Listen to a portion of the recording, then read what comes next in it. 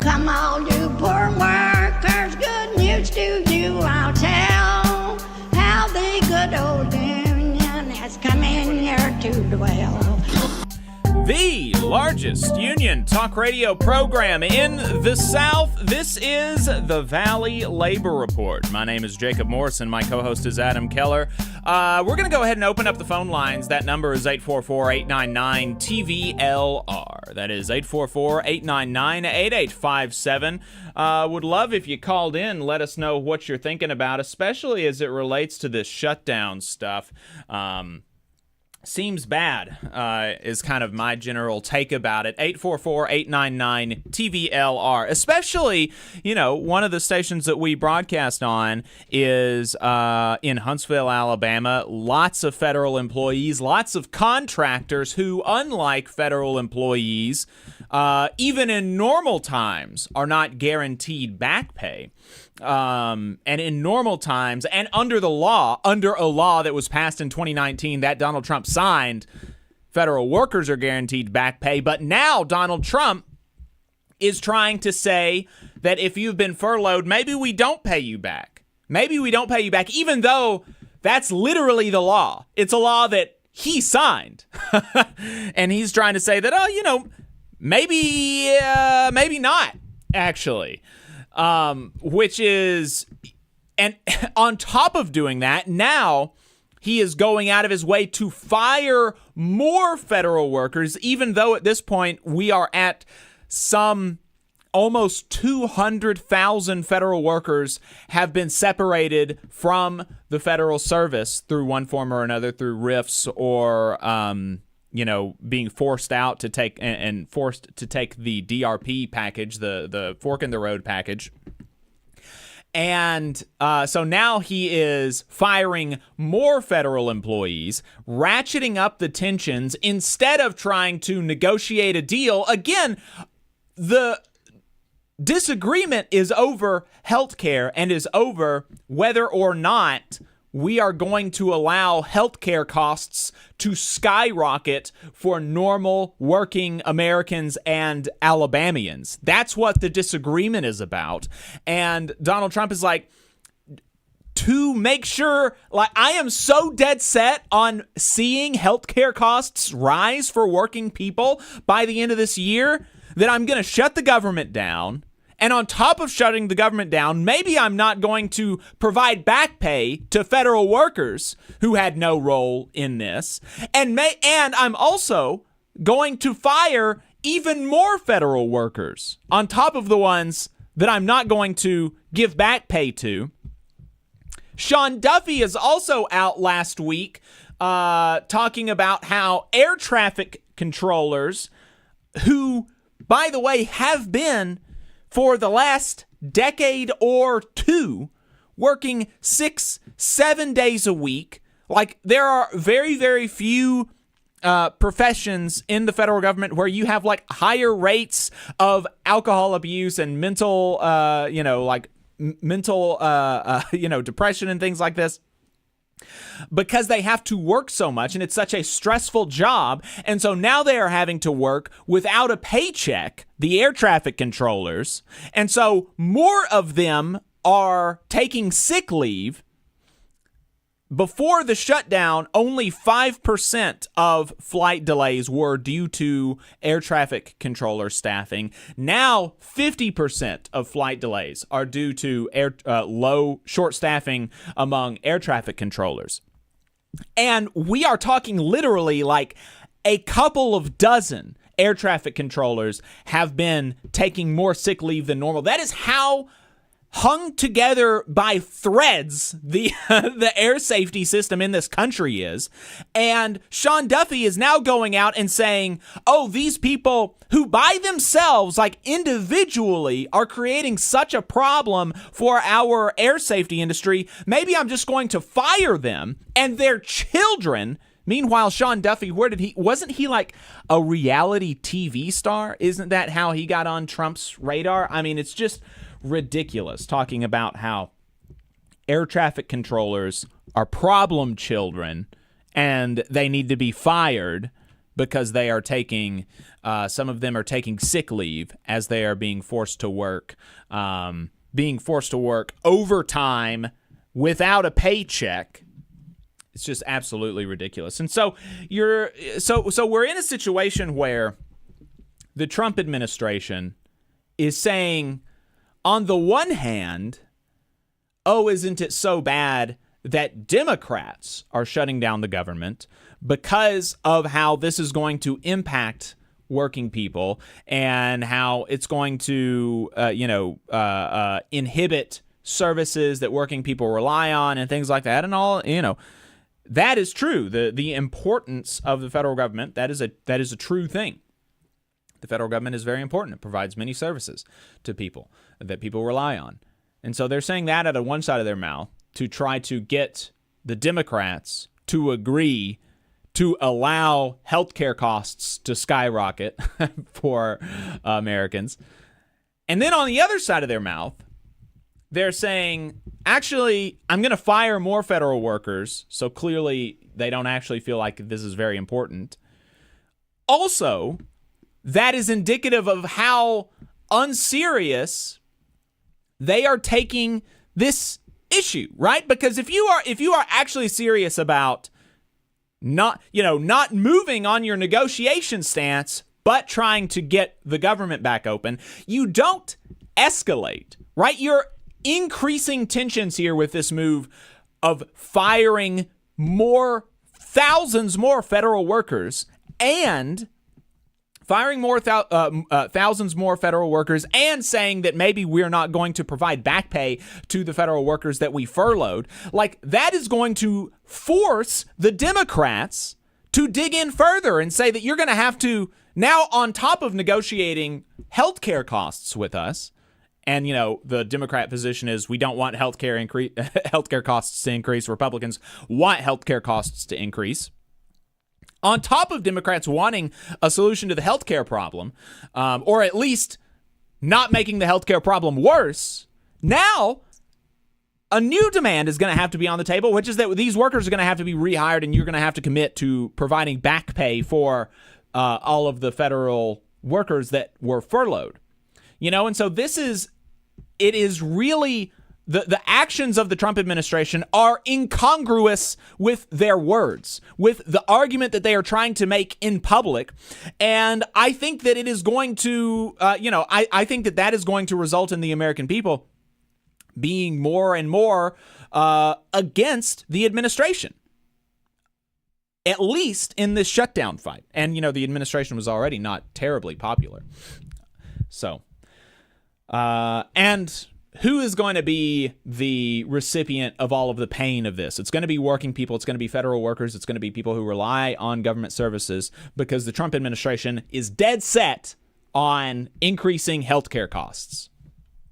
Seems bad. Like, I don't know how you defend that. Yeah, I just wanted to chime in with a couple of other things that have happened, because on October 1st, the first day of the shutdown, there were reports of about $7.5 billion in grants supporting more than 200 energy projects across the country being canceled. And these projects promise to employ hundreds of thousands of workers in construction, manufacturing, operations, while helping to lower energy prices or electricity prices, which, many of us have noticed have gone up across the country. And that same day, reports claimed that $18 billion would be withheld from 2 infrastructure projects in New York, which jeopardizes even more construction jobs. On October 3rd, the third day of the shutdown, there were reports of about $2.1 billion being withheld for 2 infrastructure projects in Chicago, again targeting construction workers. And then since then, they have floated this out there about the idea of not providing back pay or firing even more workers. And also on the healthcare front that you mentioned, I just wanted to underscore something that is not being talked about enough, I think, which is that there are estimates that over 300 rural hospitals and over 500 nursing homes across the country will close as a result of the massive cuts to Medicaid and the ACA. All right, so we've got 15 million Americans who are expected to lose health care. Millions more expected to see their premiums as much as double, or in some cases more. About 20 million people will see their premiums go up pretty quickly.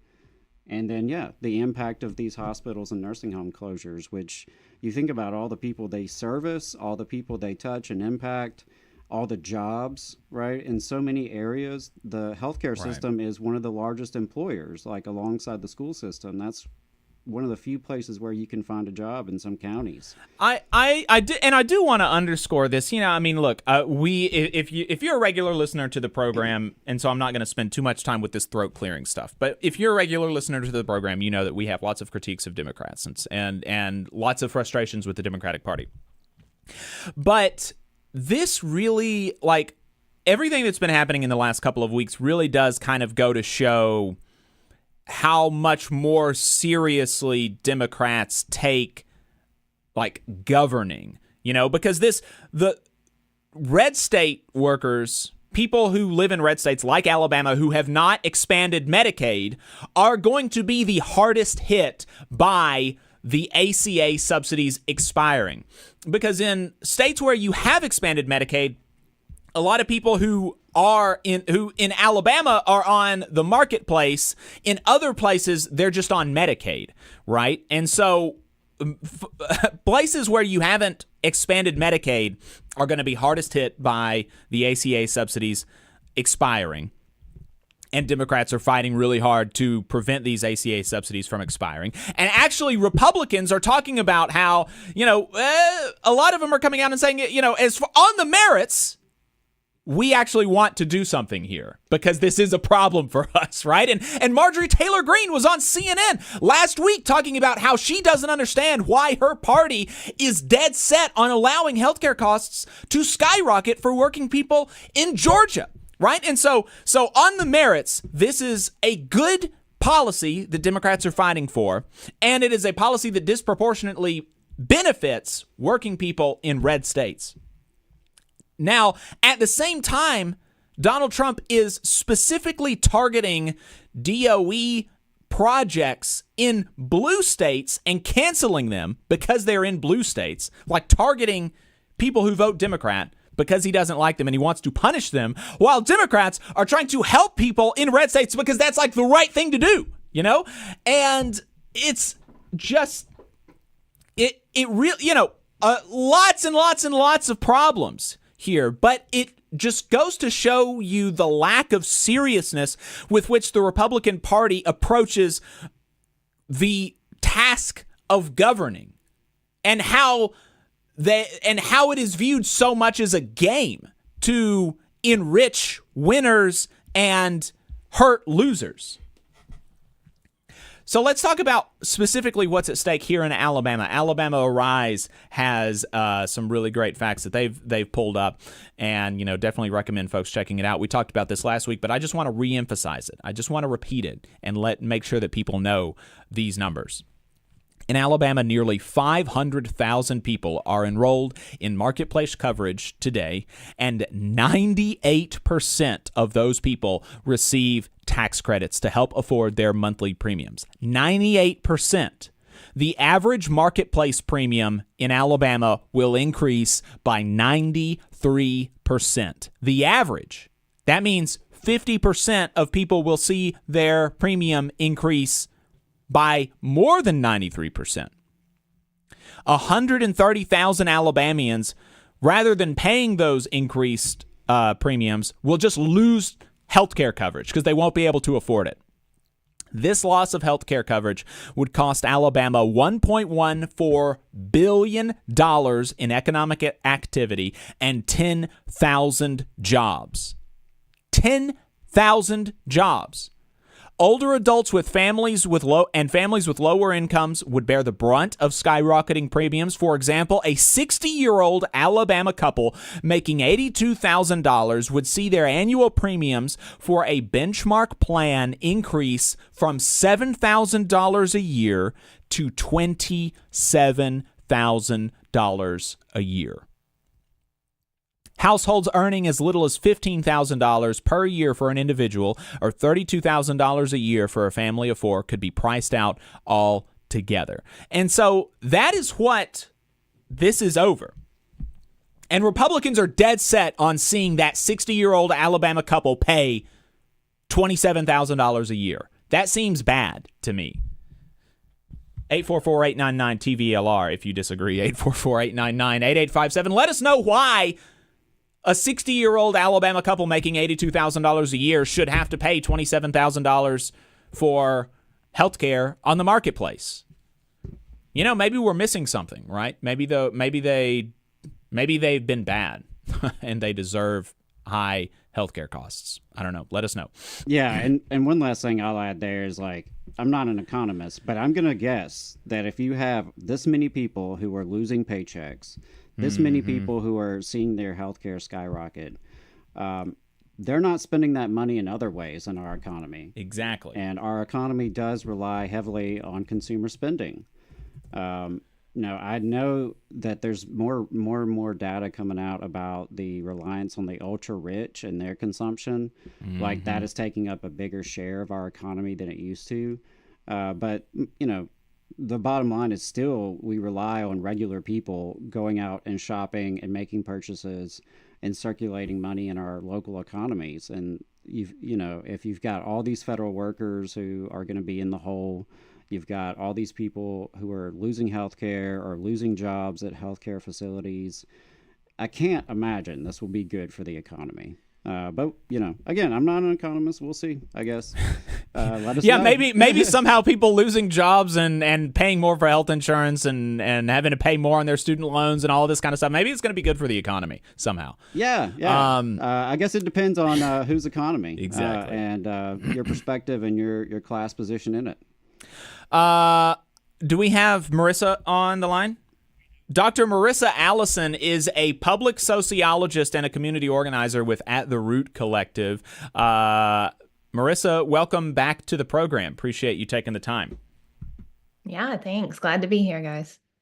So I wanted to talk to you. We got you on to talk about the libraries. We played a clip of you speaking at the Huntsville City Council meeting a couple of weeks ago, and I wanted to get you on just because, and I encourage people to go and watch that clip on our channel, but because I was flummoxed by the information that you relayed at that city council meeting, and I really think that, like, outside of partisan politics, Republican, conservative, however you identify, I really do think that most people would be shocked at how little money we are giving our libraries comparatively, how we have been flat funding our libraries for the last 3 years, even as we have increased the budget of the police department by almost twice as much as the budget of the libraries. The delta in the police budget is almost twice the total budget of the libraries, that the money that they get from the city of Huntsville. It's crazy. And so before I wanted to dig into a couple of aspects that I didn't get to talk about on the radio. But before we do that, I just want to set the relevance of the conversation and allow you to explain a little bit about the services that the library system in Huntsville and Madison County provides, because I do think that for people who don't regularly use the library, they may not realize how important and how essential a service that the library system provides. I mean, I don't go to the library system often. I will go there to work, just to kind of get out of the house and get out of the office, like 2 or 3 times a month, something like that. And every time I go, I'm like surprised at how many people are at the library. It's always a lot of folks. And so what kind of stuff are people getting at the libraries? Oh, good. Well, I have to first get you to get down there more. The library is just vital public institutions that we have here. Besides providing materials, the physical materials, ebooks, audio books, things of that nature. They also have maker spaces that have 3D printers, sewing machines. You can go in there and just make an appointment and somebody will help you with a project you're working on. Computer classes, meeting spaces, even the Madison Library branch has a seed library. They also have a federally funded kindergarten readiness program. So we went with for my child before he started kindergarten, we went and got these little readiness packs that had activities and books and all these things. They even provide memory care packs for seniors with cognitive decline, workforce development services if you need help building a resume, job hunting, all of that can happen there.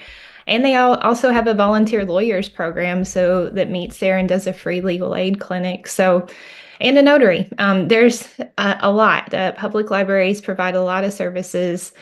They also are a place that the unhoused population can come during the day. And that's a vital and important thing that folks need within our community.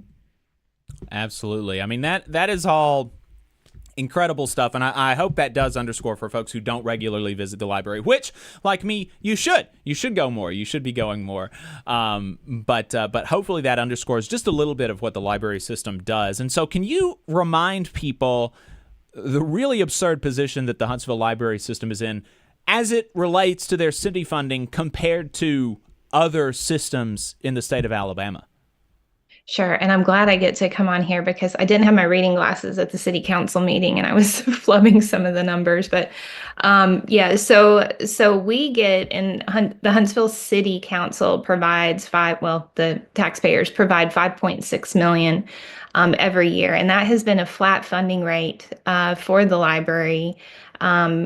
Just for the last 3 years, as I said. And comparatively, the city of Mobile, which is about the same amount of branches as the Huntsville-Madison County Public Library, which we have 10 branches. I think they have 11. They got 8.2 million this past year. And then the other number that I mentioned was Birmingham libraries. Their budget increased like over 2.6 million in the last 2 years, from 14 million to 16 million. So they have a lot more library branches, but we actually have the largest service population in the state. So we are significantly underfunding our libraries, and they are making this work. What that has meant, though, last year, since it was the first year that the funding rate did not increase at all, is that our library staff were not able to get a cost of living wage increase, and it's coming down and affecting workers as it always does. Right. Not able to get a cost of living wage increase, and that's been for the last 3 years, is that right? Or is it just this year that they haven't gotten a raise? No, it's been the same rate. Oh, well, I don't know what it'll be for this year because the city council just passed the budget. So we'll see how the library responds to that and if they're able to give a cost of living wage increase. I doubt it because the library system has had to put out funds to implement different changes that the state is pushing down on them as well, which is why we're trying to get the city council to increase funding. But that just hasn't happened. Right. And so on top of that, and you alluded to some of that there in your answer, on top of flat funding from the city, they are also under threat from state and potentially federal funding as well, although when I did just a very brief look, it didn't seem like the Huntsville-Madison County Libraries gets very much money from the feds, but maybe you can correct me on that. But what are the risks as it relates to funding that the Huntsville-Madison County Public Library System are facing from the state and the federal government? Yeah, so the State Library Board is the Alabama Public Library Service Board.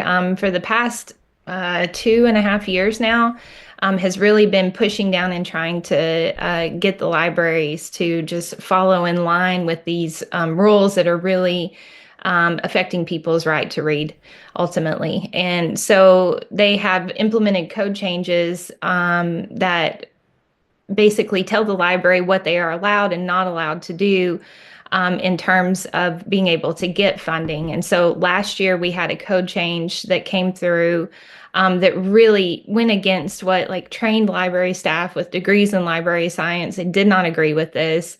It superseded their professional experience to try to remove, quote, materials that are inappropriate for minors out of the children's and young adult section.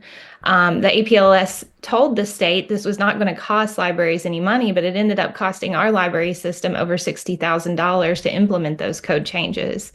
So now we're literally this week coming up on the end of a new code change public comment period that the APLS is trying to implement to remove materials that positively depict transgender procedures, ideology, concepts, and stuff within the children's and youth section.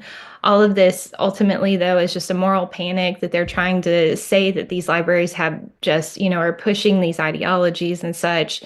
But what's really happening at a broader level, if you look at the forest for the trees, is that we are asking libraries and pushing them to do more with less and less funding. That the goal seems to be to reduce funding to these vital public services.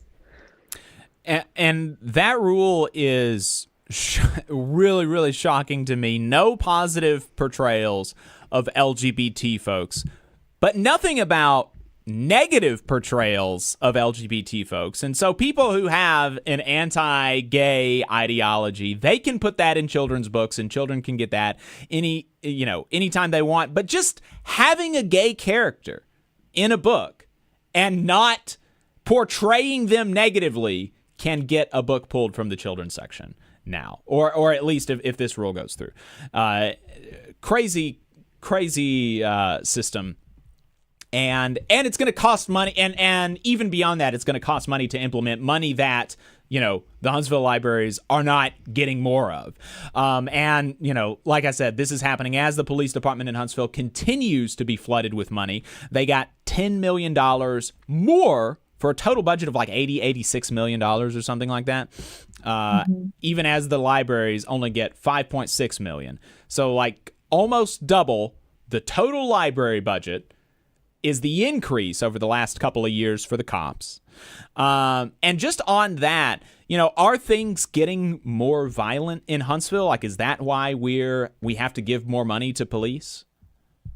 Yeah, no, it's not. As an associate, I went and looked at the crime rates. I was like, well, what's happening here in Huntsville? And that is not the case. Violent crime has decreased around 40% since 2019, and overall crime has dropped about 26%.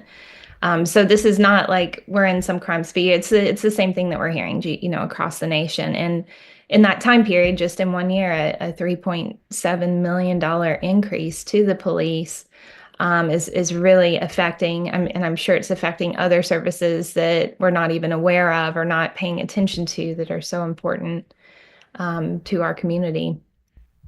And so you and others have been trying to raise the alarm about this with the city for a few years now. Can you talk to us about how that's gone? Yeah, I mean, the city has mostly been silent. We come to the meetings and people who are, on the book banning side of things are also coming as well.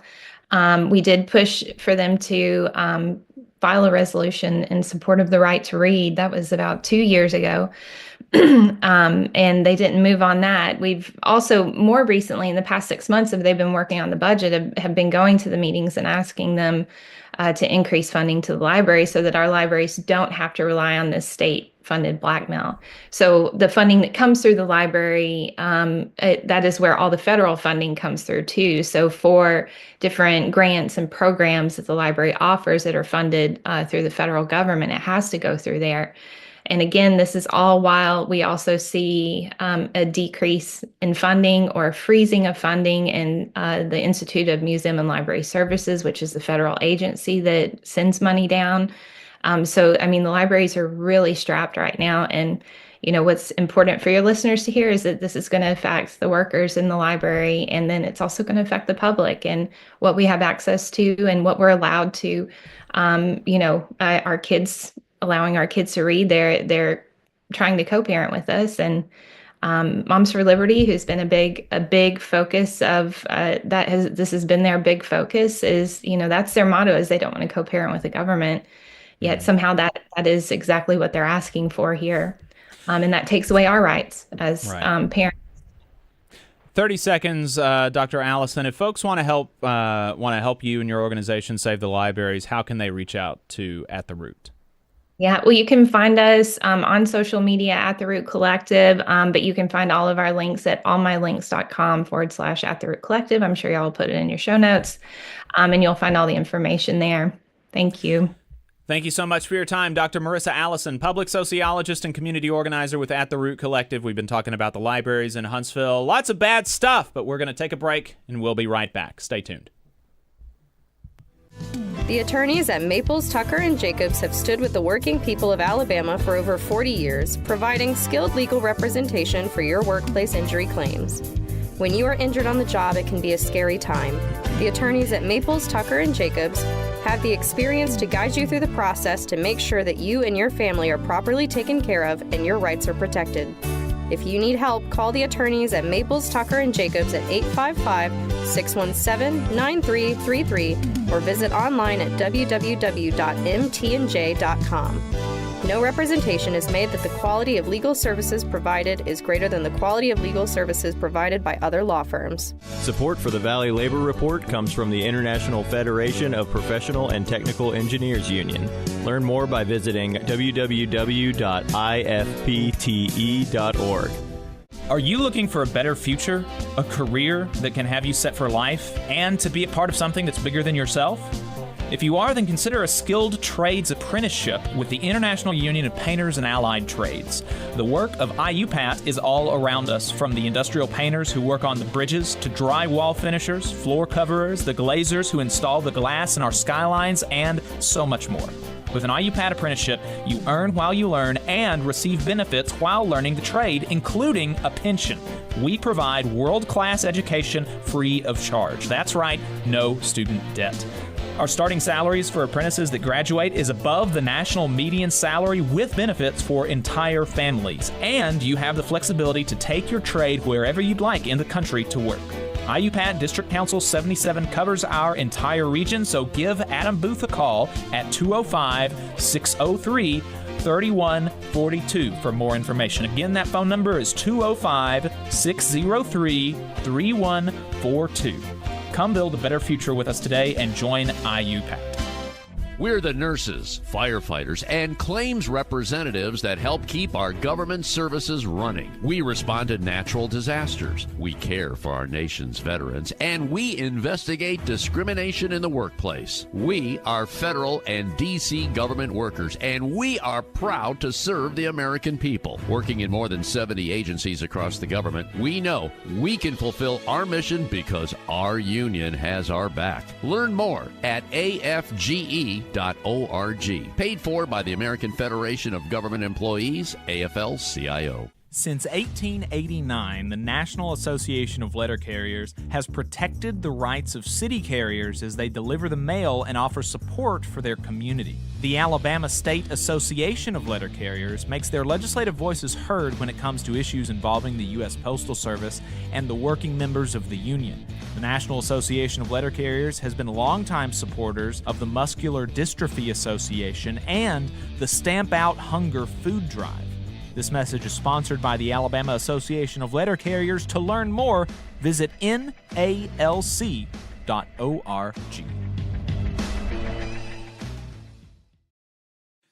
Unite Here is also a supporter of the Valley Labor Report. They are a labor union that represents 300,000 working people across Canada and the United States.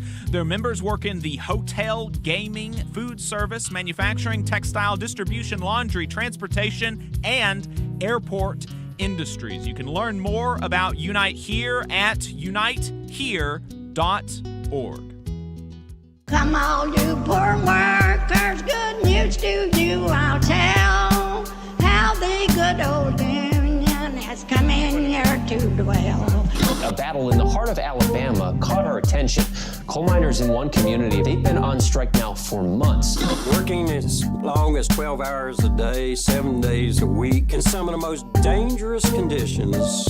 I really think that the labor movement is the single greatest force for democracy in the history of the United States. The story of Alabama is a story of not just resilience, but of militancy. I say no contract, you say no code. No contract, no contract. If we ain't all free, ain't none of us free. You're listening to Alabama's only union talk radio show, The Valley Labor Report, with Adam Keller and Jacob Morrison. That's right, folks. From the mountains of Tennessee to the bayous of Louisiana, online and on the radio. From the heart of the Tennessee Valley, the Spice Radio Studios in Huntsville, Alabama. This is the Valley Labor Report. My name is Jacob Morrison, here with my co-host and fellow agitator Adam Keller. Today, we've been talking about the shutdown. We talked about libraries in Huntsville, Alabama. If you'd like to get your thoughts in on any of those topics, you can give us a call at 844-899-TVLR. That is 844-899-8857. You can also leave a voicemail throughout the week, and we might respond to it on the next program. If you haven't gotten enough of us by the time that we wrap up here on the radio, or if you just want to see what we're up to throughout the week, you can find us anywhere you find anything online, in particular at our website, TVLR.fm, but we are also on YouTube, Facebook, and wherever you get your podcasts, all at the Valley Labor Report. Just a reminder, your support helps us stay on the air. Our largest single source of funding comes directly from our listeners, so if you want to become a sustaining donor to the program or make a one-time donation, you can go to tvlr.fm/donate or patreon.com/The Valley Labor Report. We've got a bunch of cool merch for sale at tvlr.fm/store. And finally, if you're a member of a union, then think about getting your local to sponsor the show. You can reach out to us for more details on that at tvlr.fm/contact. Hey y'all, let me add a disclaimer that any viewpoints or opinions expressed in this program belong solely to their author and do not necessarily represent any organization or sponsor. And we want to welcome all of our listeners, whether you're on YouTube, Facebook, WVNN, WZZA, WHIV, WGOW, Means TV, or through your favorite podcast app. And we are proud to be part of the Labor Radio Podcast Network and encourage our listeners to check that out as well. As most of you know, we are not media professionals, just some diehard unionists who want to amplify the voices of the working class here in the American South. And we're really hoping this project can make a difference on that front, and we cannot do it without you. So we want to thank everyone for tuning in today, whether you're a loyal fan or first-time listener. We appreciate you spending some time with us. Last Week in Southern Labor is a segment that we do every week where we talk about what workers in the U.S. South and the American colonies were up to in rapid fire. Here's what they were up to last week from October the 3rd to the 10th. In union elections, the National Labor Relations Board continues to be shut down, but the Public Employee Relations Board in Florida, which is responsible for overseeing state and municipal union activity in the state, is not. And McKenna Schuler rounded up the last month of activity on her Substack, which you should check out. It's caringclassrevolt.substack.com. Here are a few of the interesting filings and results. 31 workers at Duval County Public Schools in Jacksonville, Florida, voted 19-0 in favor of unionization with the American Federation of State, County, and Municipal Employees, AFSCME, Council 79. 10 workers at the Pace Fire Rescue District in Pace, Florida, unanimously voted 10-0 in favor of unionization with the Santa Rosa County Professional Firefighters, an affiliate of the International Association of Firefighters.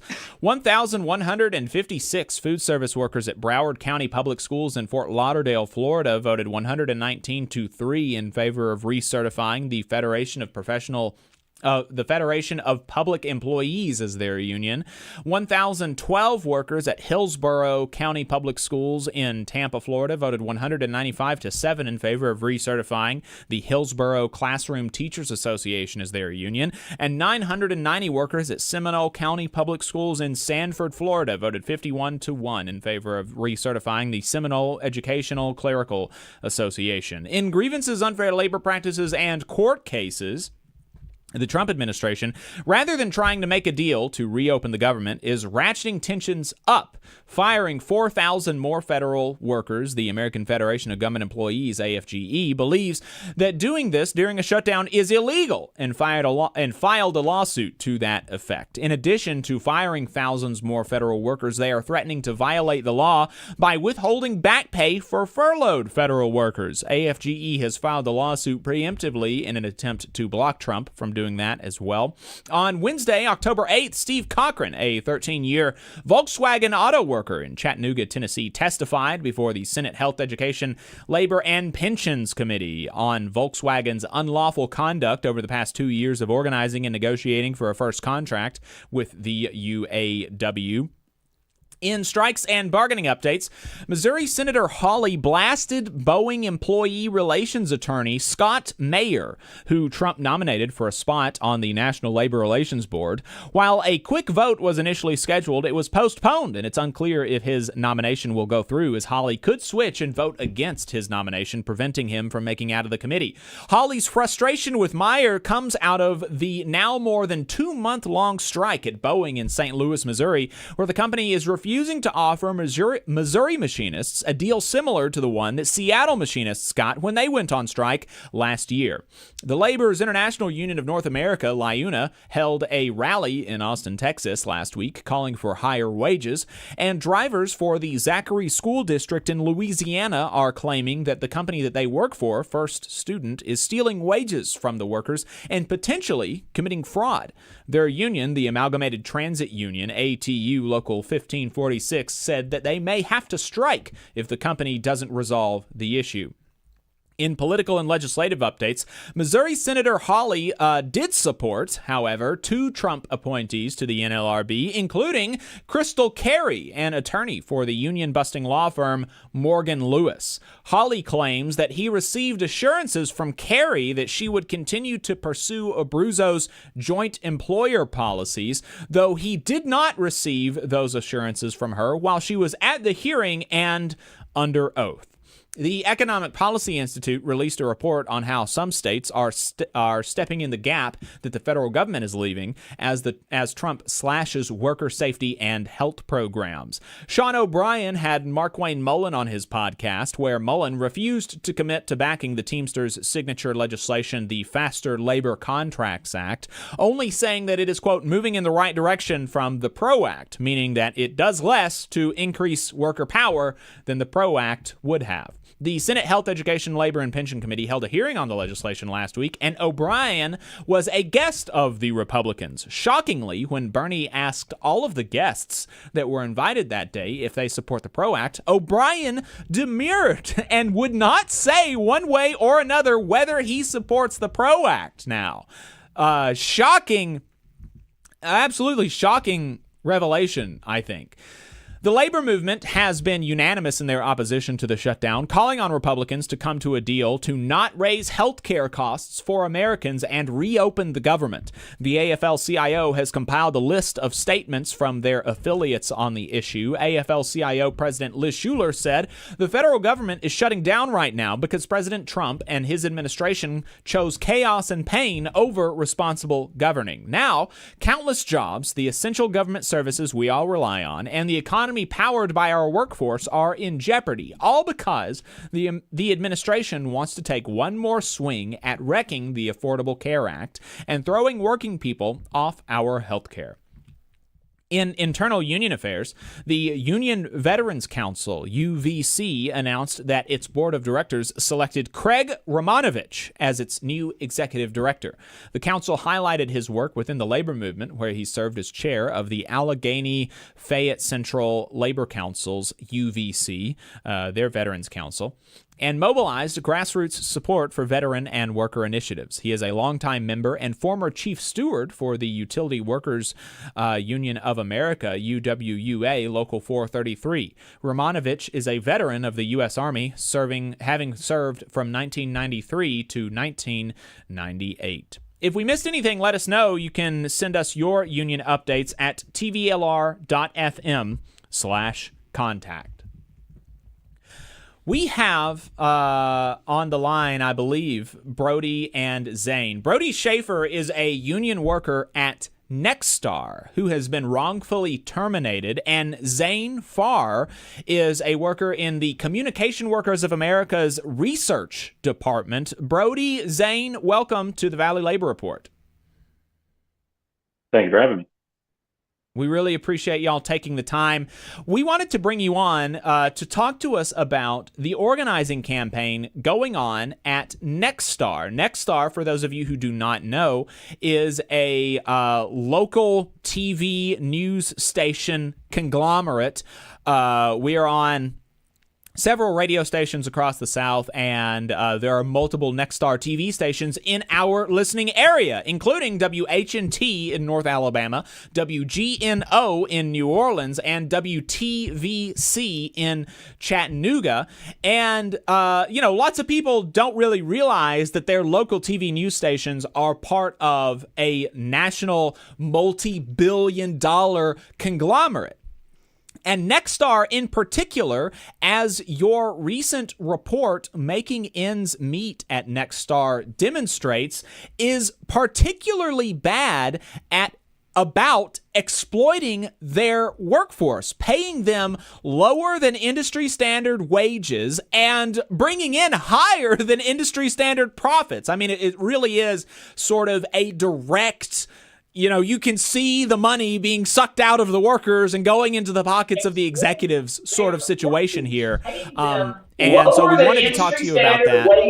And I'm hearing an echo in the background. I'm not sure what's going on there or where that is coming from. You can see the money being sucked out. Okay. I think we got it now. Okay, thanks. Appreciate that.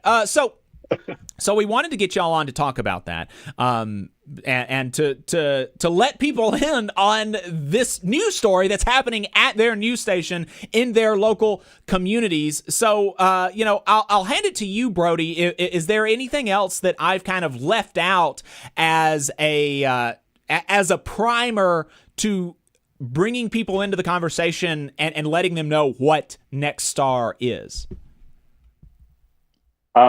So first of all, thanks for the question. So Nexstar is really like you said, it's a multi-billion-dollar corporation. It's the largest broadcast company in the United States. And what people should really understand is that with that, you would think that like your local newsrooms, you'd think that they would be well supported, well funded, well taken care of, and that it would kind of be a staple for people wanting to join in our industry. And it's actually quite the contrary. It's kind of like once you join, you kind of learn that it's really profits over people, and that's a problem within journalism and really broadcasting as a whole, because from my point of view and some of my colleagues' point of view, it's been that broadcasting is a people business for people by people. And so whenever people that are making the product are not being considered just kind of a afterthought in the operational aspect, that's pretty much kind of a shocking thing. So that's what I think the general public should know when it comes to Nexstar, is that they're not just the largest broadcast company in the United States, but that they actually have the power to kind of set the standard about operational means through the rest of the industry. That's exactly right, and that's what the CWA's report, again, I really encourage folks to check it out, because we're not going to be able to get into all of it. The title of the report is Breaking the Story, The Real Cost of Low Wages at America's Largest Broadcaster. If you Google that, I'm sure the report will come up. Zane, you're in the CWA's research department. The CWA is the Communication Workers of America. It's a large international union representing workers in the United States and Canada, and one of its departments is NABET, the National Association of Broadcast Engineer. What's BET? National Association of Broadcast Employees. I don't know. Tell me what NABET stands for, Zane. So CWA represents like a variety of different occupations, one of them being the broadcast engineers.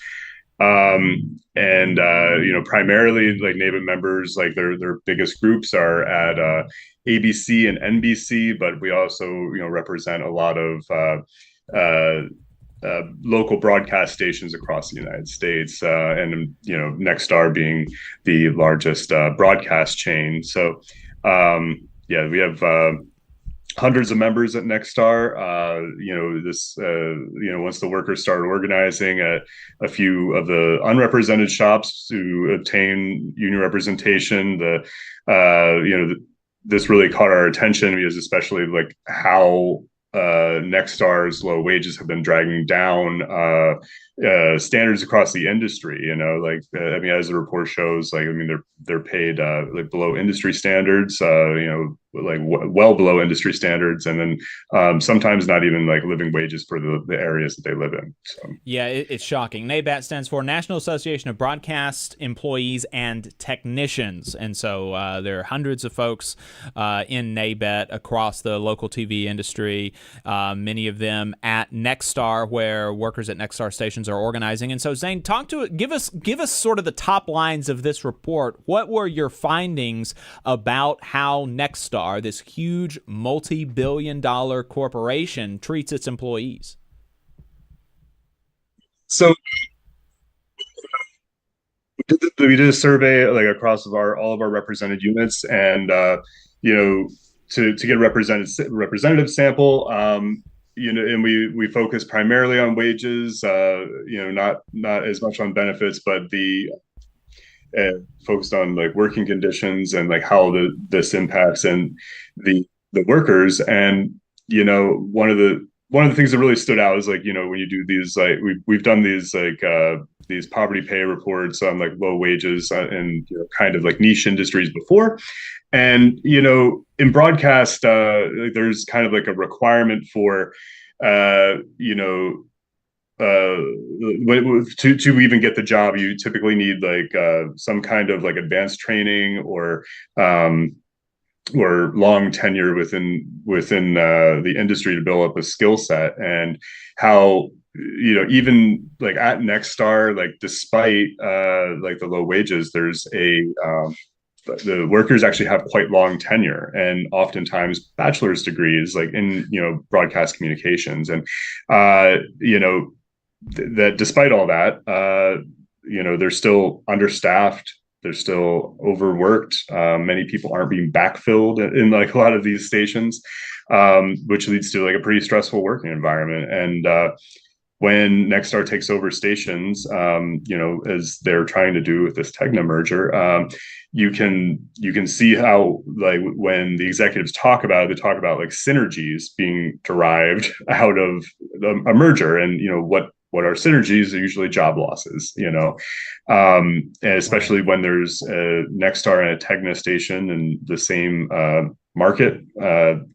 They try to combine a lot of these services, and to the extent they combine them, that just means more understaffing, and trying to get more work out of like one group of production employees to service two stations. So.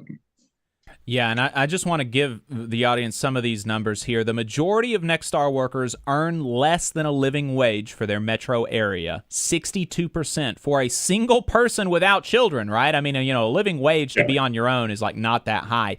89% earn less than a living wage for their metro area for a single person with one child. A majority, 63% of workers rely on family, friends, or public assistance to get by.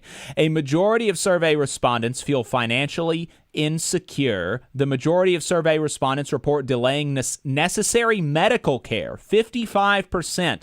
And so those wages look like an average wage for a director or producer of $20 an hour compared to a median industry hourly rate of $30 an hour, a $22 an hour average hourly rate for anchors and reporters at Nexstar compared to a median industry hourly rate of $31 an hour.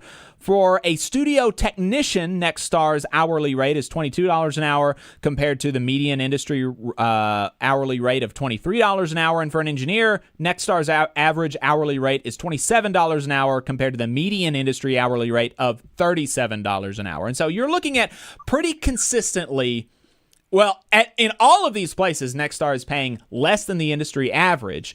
And pretty consistently, you're seeing like 10, 15, 20, 30% less than the industry average. And so these are not small. And Zane, I mean, Nexstar is making huge profits off of that, right? Yeah. So the way the television station industry works, is they get that money from two sources, advertising, which, is a lot of like political advertising, especially after Citizens United, and distribution revenues. So if Comcast or Spectrum want to run the local television stations on their network, they got to pay the local television station. So that's where half the revenue comes from. And so what Nexstar did is this giant roll-up strategy that started in like the late 1990s. The current CEO and chairman, Perry Sook, started this company with a lot of private equity backing, and just started buying up these stations to kind of get market leverage. There's power in numbers. They have a lot more bargaining power. That probably sounds really familiar to you and a lot of listeners. And they were able to extract even bigger fees and even lower retransmission rates on their content. And it's been this broadcasting powerhouse for years, and they've been able to consistently buy even larger chains and add on to, now they are at the maximum they're allowed to be under current law. So, yeah. And it's brought them a lot of profit. Yes, that huge profit, or that huge presence, and really, starting to take on a monopoly-like character has, like you said, given them huge profits. And I want to give the audience those numbers. They get a 23% operating margin in 2024. They got a 23.5% operating margin in 2024 on revenue of $5.4 billion.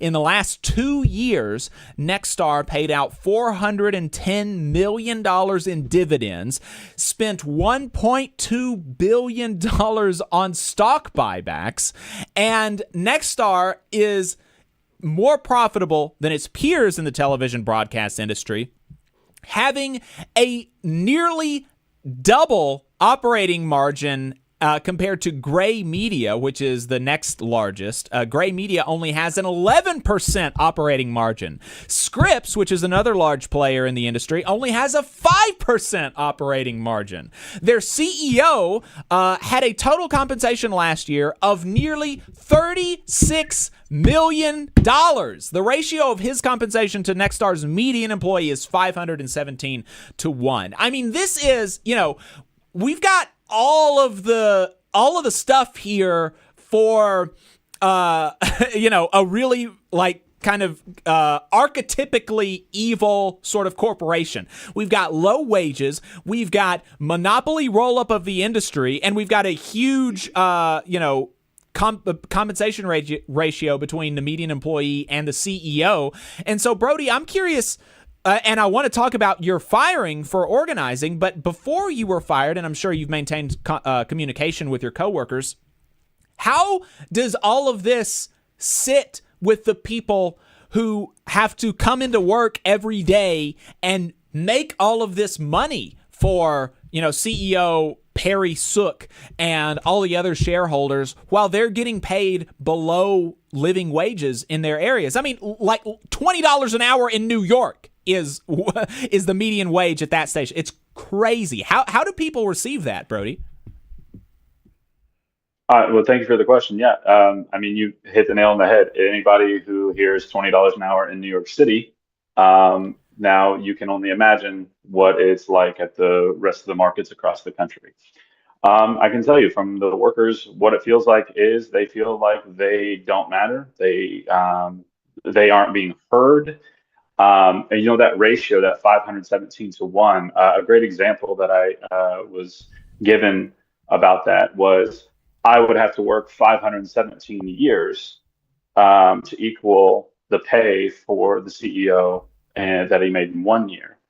And so that kind of disproportion, whenever a lot of our workers, they are struggling to just pay a single bill or make do with whatever it's automotive transportation to get to work, whenever they're spending more money on food to keep their bellies full while they're at work, or if they're having to rely on potlucks that are being brought in, or they're having to do work 2, 3 jobs just to be able to get by.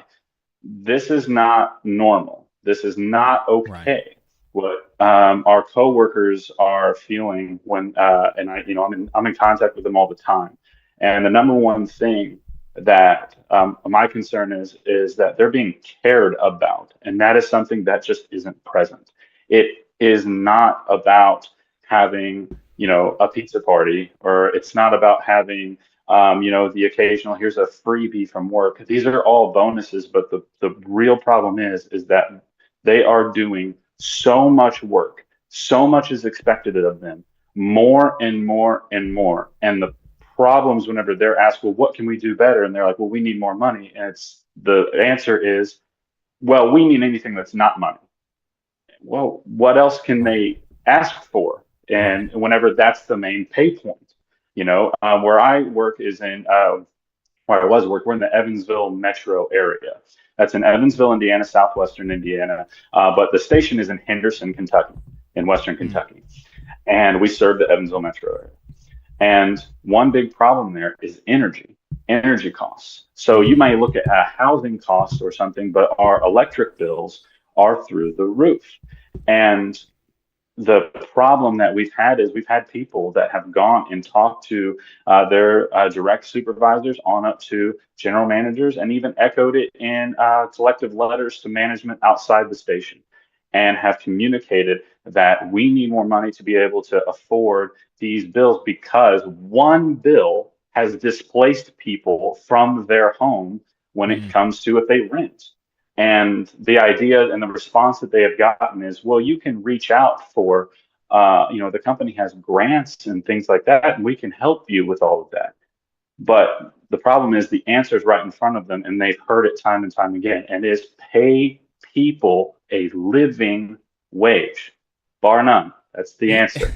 It may not solve everything, but it's going to, it's like a key to a lock. It's going to unlock the big weight to address the small things per station that people feel. That's my take on it. Yeah, I mean, that is just a wild sort of thing to say, like, oh, we'll change anything about your job except the main thing about having a job. I mean, that's the whole reason that I go to work is to make money. And you're telling me that's off the negotiation table? I mean, that's just totally ridiculous. Yeah. And, I mean, it's just such a crazy sort of thing that it's almost difficult to know kind of to know what to say about it. And so, I hope that folks are hearing this, and especially if you work at Nexstar, I hope that you'll be getting in touch with the CWA to join the campaign to build a better Nexstar. You can email the organizer for NABET at bdunau@cwa-union.org. You can email her if you work at a Nexstar or any TV station and you want to organize your workplace. You can also go to nabetcwa.org/organize-join-our-union. So do that if you are working at one of these local TV stations. We're talking right now to Brody Schaefer, a union worker at Nexstar, who has been wrongfully terminated, and Zane Farr, a worker in the Communication Workers of America's research department. Brody, the report doesn't touch on this too much, but you kind of touched on it a little bit there in your answer. Do these low wages and the poor working conditions, does that affect a station's ability to do good journalism for their community? 100%. Absolutely. Because at a certain point, you have people who they're expected to do more. There's expected standard, and it seems that the everything around them is expected more and more and more and more and more, but they keep getting less and less and less of either recognition, reward, or any of that. There's something in the broadcast industry where it's understood that you start off in maybe a smaller market and you move markets, and that's how you make more money, and so on and so forth. And that's not necessarily just akin to broadcasting.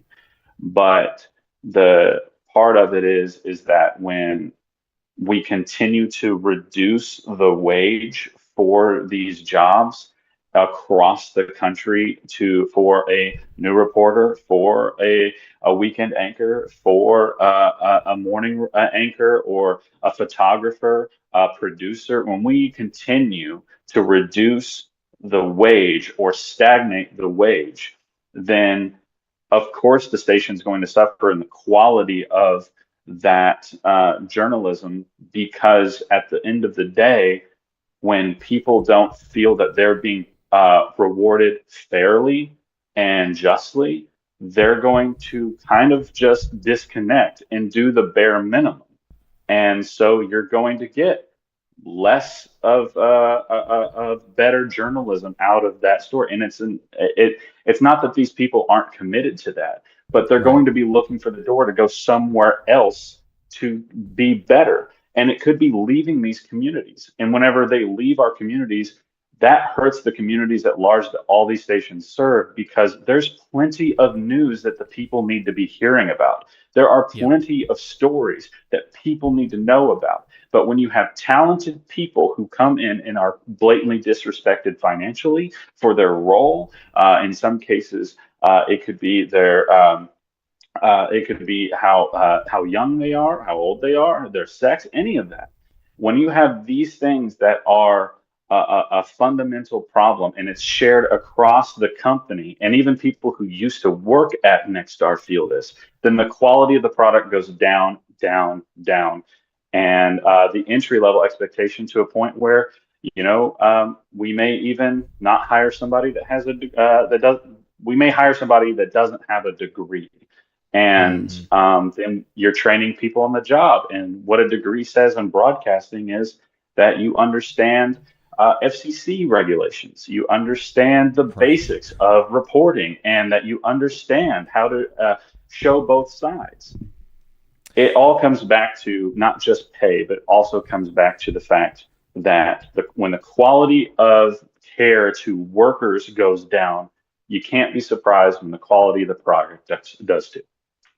Zane, this is all happening, as you alluded to earlier in the conversation, at the same time that Nexstar, which is the same company that pulled Jimmy Kimmel off of the air for some amount of time, I believe, because of his joke on the air, which is, kind of funny that we're talking about that in the aftermath of them being talking about them in the aftermath of them being in the center of the news for some amount of time. This is happening at the same time that Nexstar is trying to bring in even more profits by even more acquisition, and they're seeking a special dispensation from the Trump administration to do that. How, explain what the rules are around rolling up, broadcast TV and what they're asking the Trump administration for. So that's a good question. Over the years, the FCC has had it's had regulations related to how much of a market a broadcaster can dominate, like both like the local markets and then for the whole country. And then, over the years, as many industries have been deregulated, like broadcast is no different. And so these rules have been weakened, slowly chiseling away at this. And now they have an FCC chairman, Brandon Carr, who is, has a docket open to deregulate the broadcast and communications industry even more. Right now, Nexstar has the maximum that it's legally allowed to own, which is 39% of the covering 39% of the country. It's actually a little bit more than that because there's some UHF loopholes that they can use. That's rather technical. We don't need to get into, but it actually covers a whole lot more than that. Now they made the offer to buy Tegna, which is one of the top four broadcasters, and it's going to allow them to have up to 265 full power stations in 44 states and District of Columbia, and it's going to cover about 80% of the population. And in order to do this, they need to get rid of the rule that restricts them to the 39%. So like this would be a pretty dramatic change. The industry says they need to do this because they need to compete with streaming. I think that it's hard to make it's hard to make the claim that Nexstar is suffering. Like as you said at the top of the segment, that they have nearly 24% operating profit margins. It's a quite healthy company, as it currently stands. But healthy is never enough. They always need more.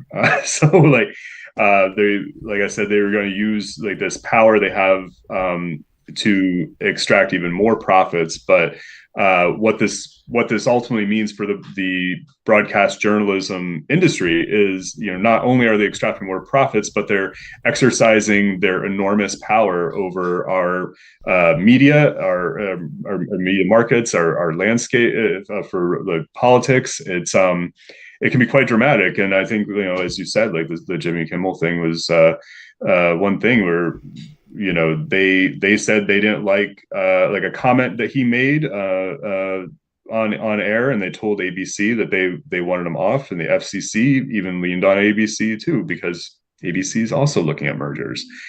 I mean, it's like when all the power is based within like a couple companies, they can abuse it, and why wouldn't you expect them to?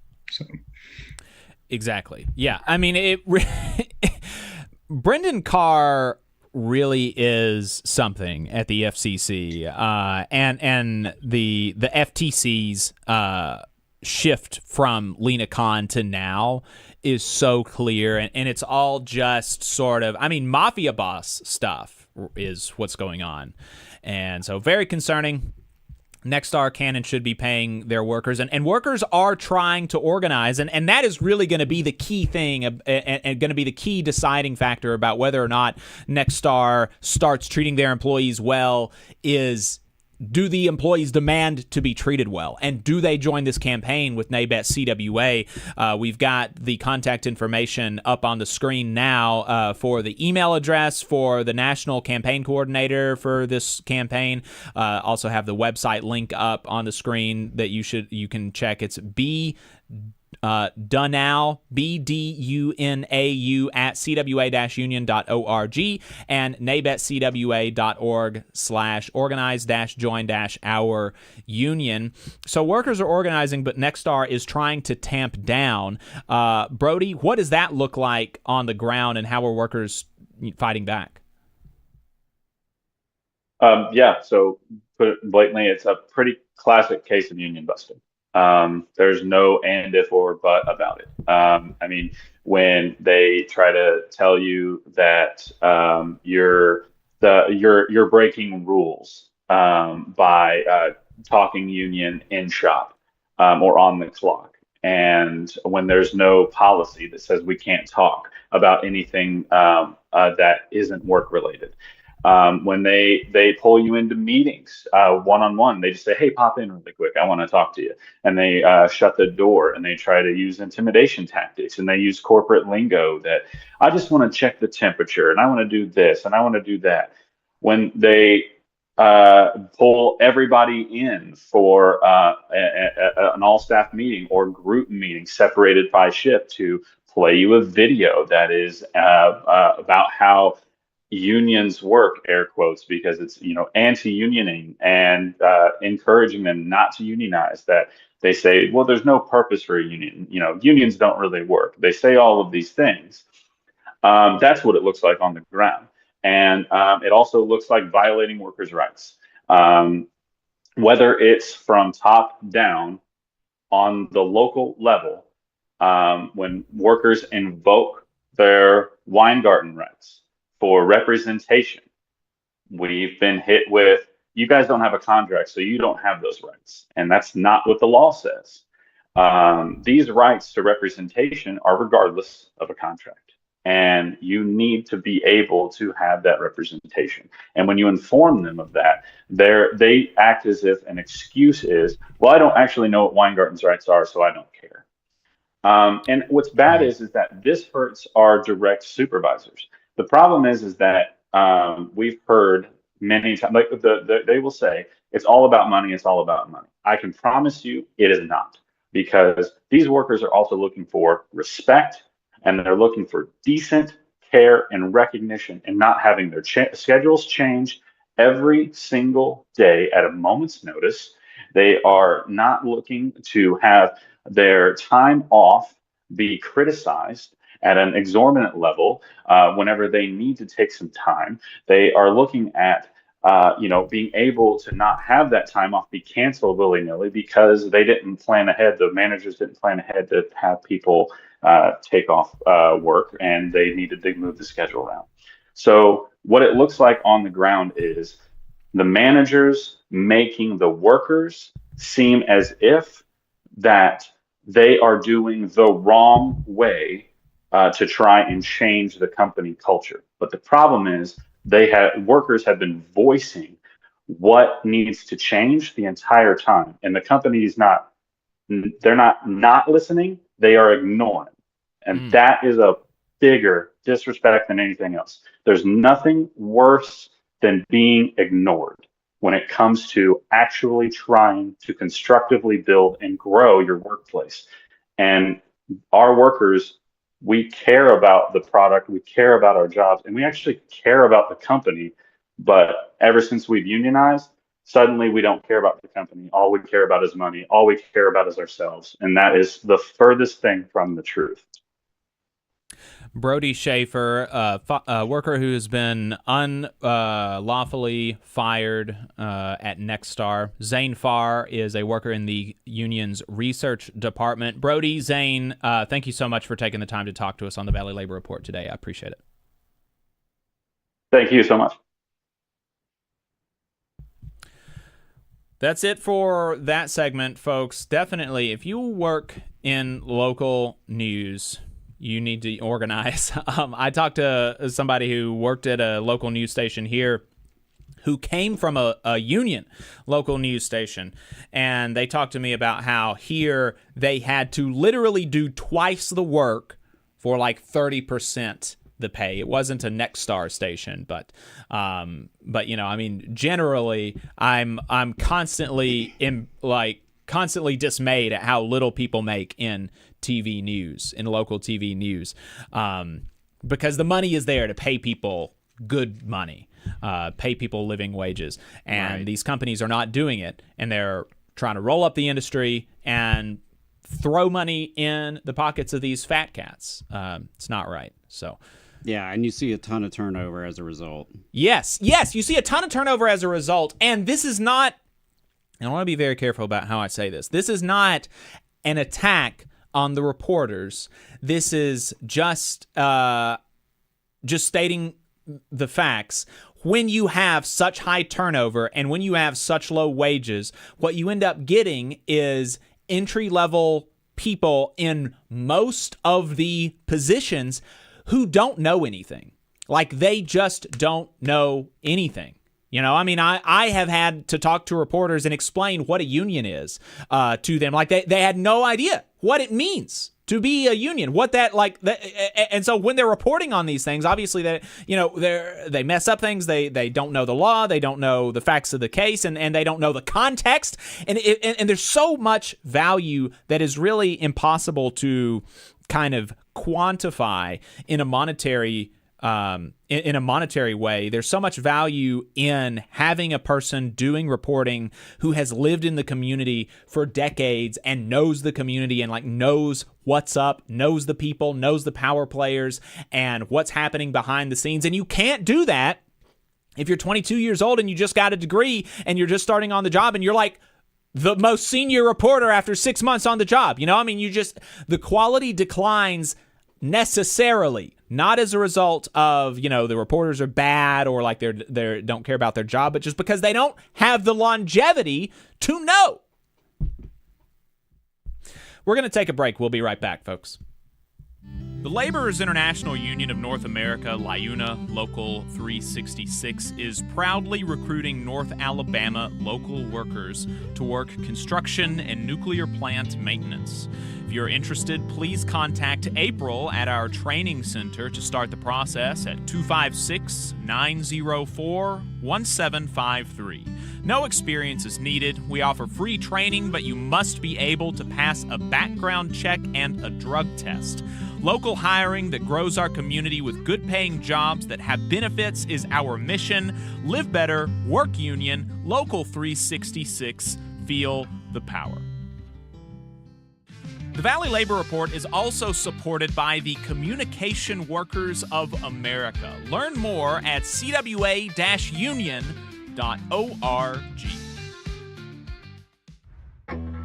Support for this program is provided by the International Association for Machinists and Aerospace Workers, Local Lodge 44 in Decatur, Alabama.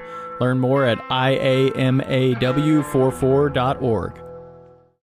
The Valley Labor Report is also sponsored by the United Automobile, Aerospace, and Agricultural Implement Workers of America, better known as the UAW.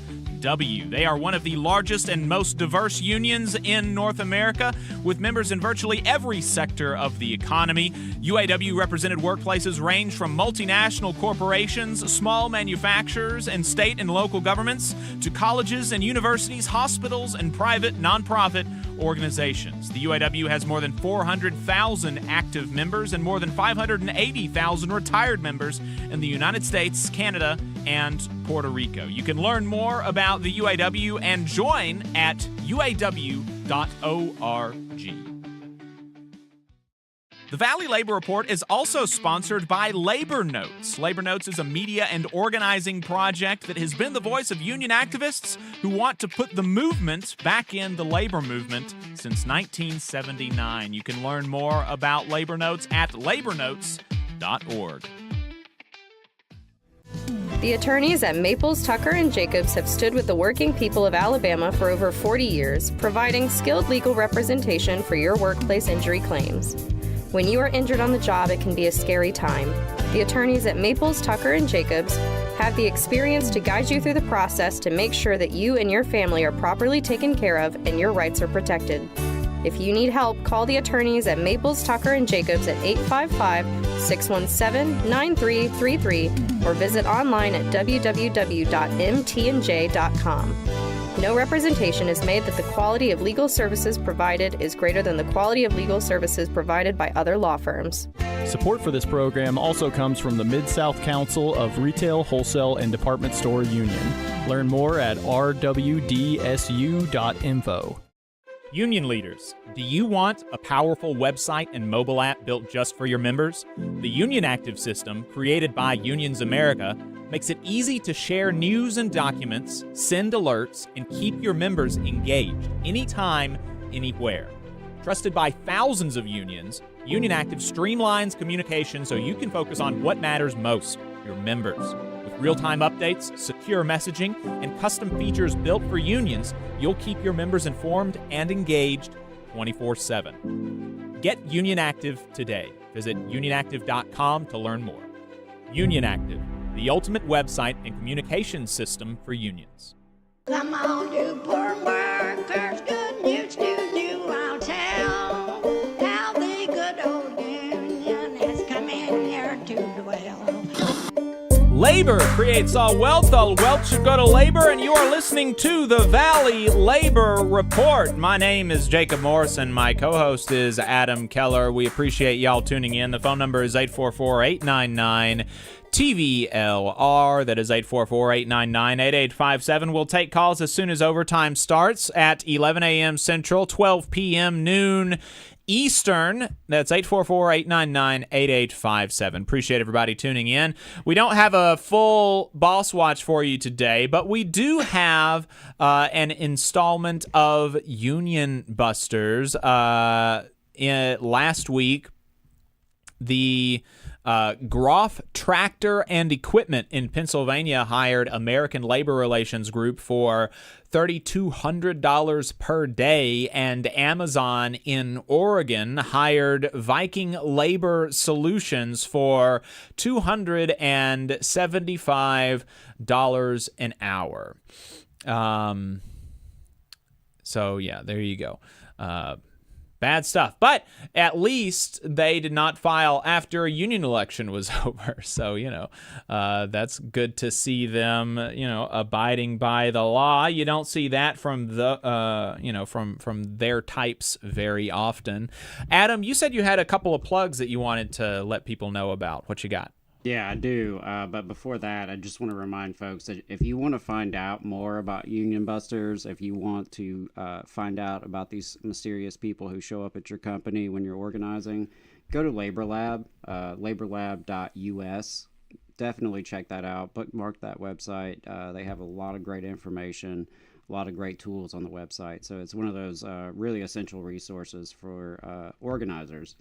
And I did have a couple plugs. I wanted to share a few things. As always, you should go to labornotes.org/events for all kinds of cool trainings. What they have coming up, they have a online workshop, What to Do When Your Union Breaks Your Heart. That's October 21st at 6 p.m. Central. And, like I say, pretty much every month when they offer it, I hope that you don't have to use it, but I really am thankful for this class for folks who are going through a tough time in their union, who are, experiencing some difficulties, maybe some drama, just some issues that you want to work through. And this is a good space to get some, real world feedback about how to navigate that. There is a stewards workshop that Labor Notes is hosting on October 27th at 6:30 p.m. Central. It is on just cause, which is, one of the most important things that we fight for in the labor movement, to win just cause in our contracts and our workplaces, so that we don't have situations like, this brother from Nexstar, right? People who are being terminated unlawfully. Just cause is a huge protection. And as a steward or an officer, you need to know how to enforce it. You need to know the rules around just cause and how to be effective in representing your members. So again, that's October 27th at 6:30 p.m. Central. Also want to point out they have a New Orleans Troublemaker School on the calendar for December 6th, starting at 9:30 or 8:30 a.m. Central in New Orleans. It's going to be at the IATSE Local 478 office down there. So really encourage folks in the New Orleans area to check that out. Troublemaker schools are day-long mini conferences. They cover organizing skills, highlight real-world examples of taking on the boss and winning. And it's just a great time. It's a great opportunity to connect with other activists and organizers in your area. So again, go to labornotes.org/events to find out about that. Closer to home here in Alabama, Alabama Arise does have a couple of online events I wanted to put on your radar. We've been talking about H.R. 1, or the so-called Big Beautiful Bill Act. We mentioned it at the start of the show today. Alabama Arise has the H.R. 1 Impact on Health and Hunger series. They're going to do that 2 different dates. So the first one is October 22nd at noon. And the second one is November 10th at 6 p.m. And this is a focus on health and hunger and how the Republican budget bill is going to impact those 2 areas particularly. These are online workshops. Go to alarise.org to find out more, to sign up, to get it on your calendar. And my last plug is that October 18th, Saturday, UE and a lot of other unions will be joining with Labor for Democracy and other allies to fight for freedom of speech, union rights, and the right to protest. There will be over 2,100 events in all 50 states, in D.C. and internationally. Working people will gather together to demand no kings and no billionaires making decisions for our workplaces, families, and communities. So that's all I had for plugs, but also I did want to remind folks that we are on Means TV. Really happy to be on Means TV. I was listening to Means Morning News earlier today, and you can use our discount code TVLR and receive 20% off either your first month or the entire year. I do the entire year. It's just how I prefer to do it. And of course, that's a bigger discount when you do it that way. So yeah, use TVLR to subscribe to Means TV. It's a great worker cooperative media platform. Absolutely. That is going to be it for the first half of our program today. 844-899-TVLR if you want to call in. We will take calls at the beginning of overtime. 844-899-8857. We appreciate y'all tuning in.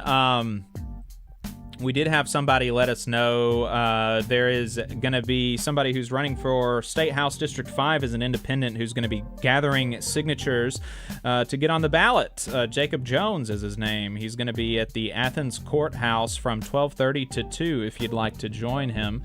And yeah, so there you go. 844-899-TVLR is the phone number.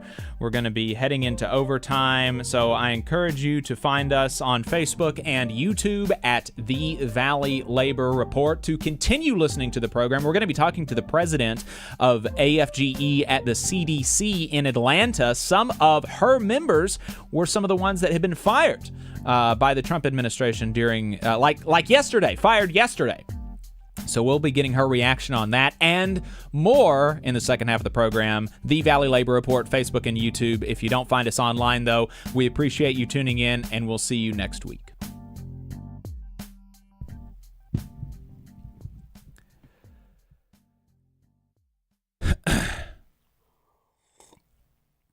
All right, folks, we're off the air. Appreciate everybody staying tuned. We're going to take a break, and we're going to be right back with Overtime.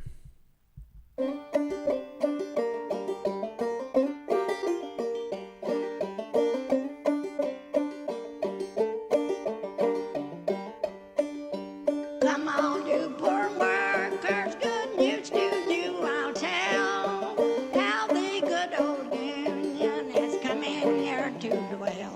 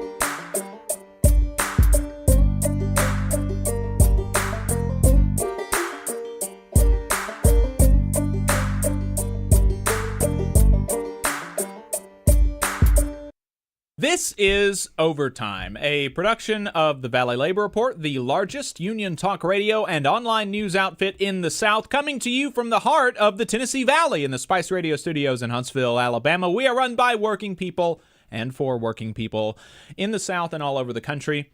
My name is Jacob Morrison. My co-host here is Adam Keller. We appreciate you spending some time with us. If you'd like to call in, the phone number is 844-899-TVLR. That is 844-899-8857. So we mentioned during last week in Southern Labor that Missouri Senator Hawley really went in on a Boeing executive, and it was really cool to see. This Boeing executive was nominated by Trump to have a position on the National Labor Relations Board.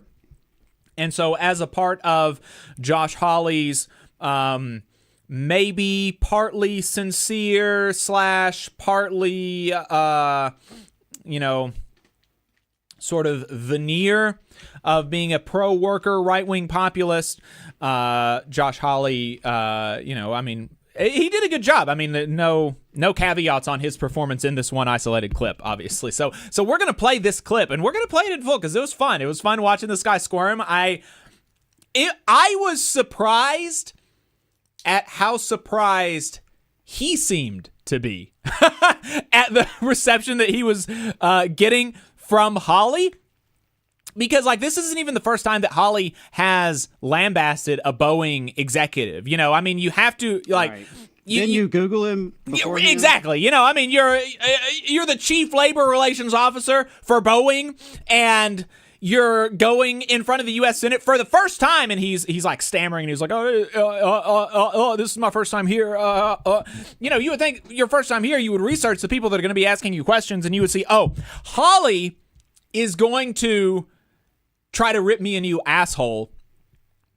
I want to be prepared.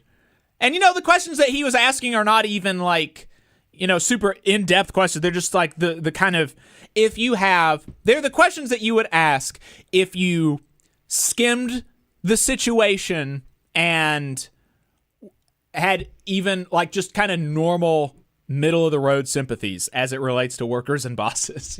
So let's play clip 1 and we're going to be reacting to it. Thank you very much, Mr. Chairman. Congratulations to all of the nominees. Thank you for being here. Mr. Mayor, let me start with you. I represent the state of Missouri here in the Senate. In Missouri, in the city of St. Louis, there are 3,200 machinists, a little bit more, who are currently on strike. The overwhelming majority of these folks are Missouri residents. They're striking against your company. You're the chief labor counsel. What do you think the fair outcome to this dispute ought to be? Thank you, Senator, and good morning. Let me start by saying I'm not here as a representative of Boeing. But you're employed by Boeing. Yes, sir. How many years have you been employed by Boeing? Just over 3 years, sir. Mr. Mayor, is your microphone on? If so, could you pull it a little bit closer? Sorry, my first time here. I've been with the company about 3 years. So my question is what do you think is a fair resolution to this dispute? I mean, we've got 3,000 plus Missourians who are currently effectively out of a job. They haven't had a significant wage increase in years. They need to be able to afford to pay rent, to put food on the table for their families, get their health care. I mean, is your company going to do right by these workers? You can understand why I've got a significant interest in this. This matters a lot for my state. It matters a lot for these workers and their families. There's a lot of people. Certainly, Senator, I agree. It matters a lot. It matters to our hardworking employees, our hardworking the members of the IAM. I know the concept of fairness is an elusive one. What I will tell you is that the union and the company reached an agreement at the end of July. As I said earlier, I'm not involved in that negotiation. Well, I mean, is the concept of fairness you say is elusive? Let me ask you this. In 2024, David Calhoun, that wasn't a question, I'm just quoting you. In 2024, David Calhoun, who's your executive at the time, got $32.8 million in compensation in a year. $32.8 million. That was a 45% increase over the previous year. At that point in time, your planes were literally falling out of the sky in pieces, and you weren't paying your workers. Is that fair? Senator, I'm not in a position to comment on executive compensation. Well, you're the chief labor counsel. Yeah, I mean, okay, just pause it. Like, let's sit in that and like marinate in it a little bit. I'm the chief labor counsel. Like, it's literally his job to counsel the company on labor relations. One of which of those includes the executive. Like, the executive is a worker for the company, right? It's a worker that represents the shareholders' interests, but, you know, I mean, the CEO is a worker for the company. And so the idea that you have as the chief labor counsel for the company, you have no idea, no input, no kind of thoughts on what a fair executive compensation is, you know, it's just really kind of absurd on its face. Let's continue. Were you involved in the settling the machinist strike in Seattle, I think it was? Yes, Senator, I was involved in that negotiation. Okay. Do you remember what the contract was you finally gave the Seattle machinists? I remember parts of it. I can't. Wage increase, 38% general wage increase over 4 years, plus the option of a $12,000 one-time ratification bonus or a $7,000 ratification bonus and a $5,000 401k contribution. Does that sound roughly correct? That sounds roughly correct. Okay. Why wouldn't you just do that for the folks in St. Louis? Senator, every negotiation is different. Plainly so, because what you're offering to my constituents is a fraction of that, and I guess I just don't understand why. I mean, is it that what's different about the folks in Missouri? It's not a question of difference about the folks in Missouri. It's a question about. You just said a minute ago, fairness is elusive. I mean, it does seem to be elusive for the Missouri strikers. Senator, fairness is a matter of what the parties ultimately agree to. Again, as I stated earlier, the union and the company came to reach an agreement. Now let's pause here for a second. He keeps saying that, even though it's not true. The union's negotiating committee and the company reached a tentative agreement. What does tentative mean? Tentative means not final. The tentativity of the agreement was based on what? Ratification by the members. That is how a union agrees to a contract, is when the members ratify it. There is no agreement until the members ratify it. What was previously agreed to was tentatively agreed to. Tentatively. And the members who actually are responsible for ratifying or not an agreement did not agree to it. They did not ratify it. And so therefore there was no ever agreement between the union and the company. And he just keeps saying this like throughout the conversation. Not true. Let's continue. That the agreement that we reached at the end of July, and which the workers didn't ratify, right? This is all public. Here's what you've offered currently. You've offered Missouri workers a wage increase that's 16% below what you offered the Seattle workers. You're offering them bonuses that are thousands of dollars below, $8,000 or $10,000 less, with far fewer other benefits. I guess I just don't understand. I mean, what's different about these Missouri workers? I mean, there's only 3,000 of them, although that's a lot of people. It was 33,000 in Seattle. How is this going to end? Are we going to get to a fair resolution here where these workers get paid on terms equal with other workers at your company across the country? Or are these folks going to be permanently replaced by non-union workers? Senator, there was an offer on the table. The employees voted it down, as you stated. Right. That was months ago. I'm asking about now. What's going to happen going forward? The employees are engaging in protected activity of striking, and ultimately the parties will negotiate a deal. I don't know how it's going to end. I'm not. Do you think it would be fair for the Missouri workers to be paid what the Seattle workers are paid? Senator, there are a number of factors that come into play with how employees are paid, and the general. My time has expired, Mr. Mayor. I'll have more questions for you. I have to tell you, with 3,000 plus members of residents in my state on strike, unable to work, unable to get health care, while your CEO is getting paid $30-some million, that fairness may be elusive, but that doesn't look like fairness to me. Thank you, Mr. Chairman. Damn. That's pretty good. Pretty good from Holly there. I appreciate that. Yeah, and I don't agree with most of what this man is about, but credit where credit is due. I would appreciate more senators from every party who would be willing to stand up for their constituents, because too often they don't. Right. Yeah, absolutely. I will temper that praise, though, by reminding people that he did vote to confirm Crystal Carey as general counsel of the National Labor Relations Board. Crystal Carey, an attorney for the union-busting law firm Morgan Lewis. Now, he says that he received assurances from her that she would continue to pursue Abruzzo-era joint employer policies at the NLRB, but importantly, Carey did not make that assurance under oath at her confirmation hearing. Right. She refused to make that assurance under oath, and that is exactly what happened with Susan Collins and the Republican Supreme Court justices that she voted to confirm. You'll remember during those confirmation hearings, she said that she got private assurances that they would not overturn Roe v. Wade. Well, guess what? They did. Yeah. They did. And so, I don't understand. Well, I was about to say, I don't understand why people put so much stock in private assurances that are not given when you have the opportunity to give them, in a Senate confirmation hearing while you're under oath. Right. Like, it seems, she had the opportunity to give that assurance. She did not. Right. And so, yeah, seems so bad. I'll give him credit for his performance, but it is a performance, and I think it's easy to be performative.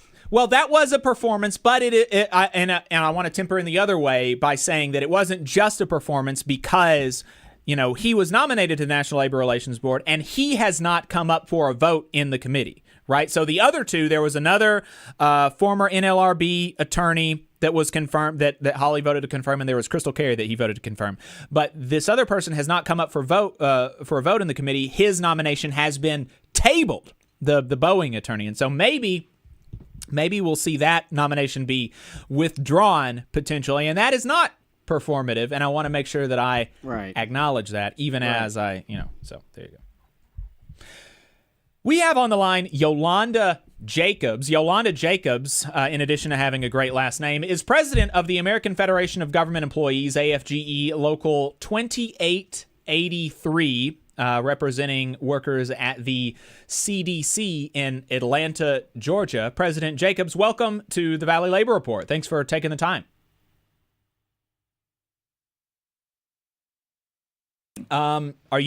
Is she muted? Okay, I think I can hear you now. Can you hear me now? Yes. Okay. I was saying thank you, and that you sound a little biased as far as that last name goes. Just a little. I will admit a small amount of bias, but I do appreciate you taking the time, especially now as, my understanding is that it's some of your members have been fired in this retaliation for during the shutdown. Workers at the CDC, I think, in your bargaining unit have been fired by the Trump administration. Is that right? Once again, I mean, they just continue to pile on. So yes, last night we still have not tallied up all the members that have been affected, but the emails started rolling in and they have not stopped. Wow. Well, no doubt then you are incredibly busy, and so I double appreciate you taking the time to talk to us, as I know that you've got a lot of responsibilities as a union president. And so before we talk about some of what's in the news right now and some of what you and your members have been facing over the last 9 months, can you talk about what your members do for work? What do they do day to day? How do they help and serve the American people? Our members are in every facet of work. There are those who do personnel actions. And, the irony of those that do personnel actions, which would be our HR department, many of them actually sent out their own RIF notices yesterday. Wow. So we've got those. We've got employees who normally put out the MMWR, which is one of our peer-reviewed scientific journals at the CDC. Those people were eliminated. Those who put out our chronic news, a lot of those people have been eliminated.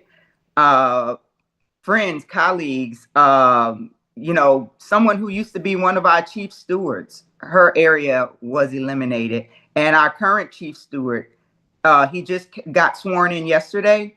His position was eliminated last night. He received a RIF notice last night. And these people are scientists, they're epidemiologists, there are EIS officers, and EIS officers are kind of like the cream of the crop at CDC. They're CDC's disease detectives. You will find them embedded in different places, hospitals, public health departments, out in the field, in other countries, working things like Ebola outbreaks. Those people, a whole class of them were eliminated last night. They received RIF notices. Wow. So statisticians, those who do data collection, so many people were affected from so many different areas of CDC that we are still taking a tally this morning. And so before we dive deeper into that and what happened last night and what's been happening over the last 2 weeks, can you talk about how the Trump administration has made your job and the job of your members more difficult over the last 9 months? Oh, the haphazard way that things have been handled with the first terminations that happened with our probationary employees, the ripping of collective bargaining rights, the continued mass layoffs, without actually taking an accounting of what's there and how well it's been working, just coming in and obliterating things, and then figuring, when we find out that this area was an important area, maybe we'll bring a few people back to handle the task of it. But it's been one thing after another. We have an administration that has a lot of animosity toward people that they've never met. They have a lot of myths about federal employees.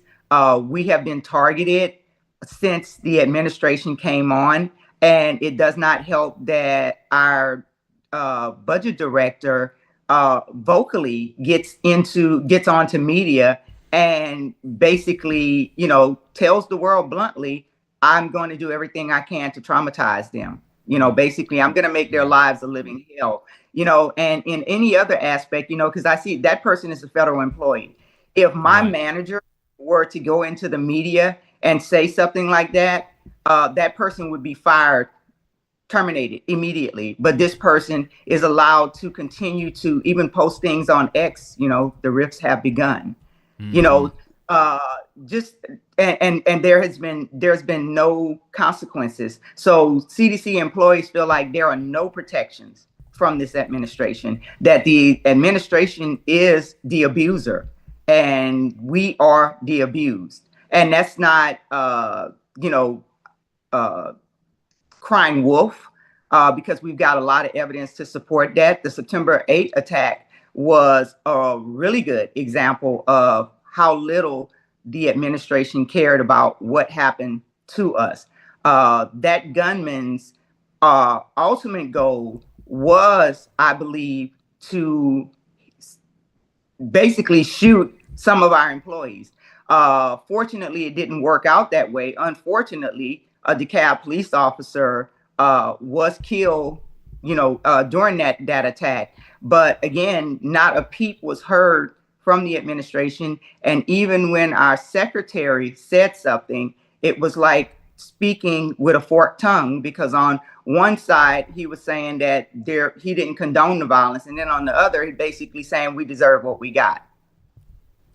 Right. Yeah. Fortunately, so Yeah, absolutely. Fortunately, there were law enforcement officers that were there, and they did, protect the building and do their job, and that's admirable, and we appreciate that, and that's such that incident itself, where there was this guy who had been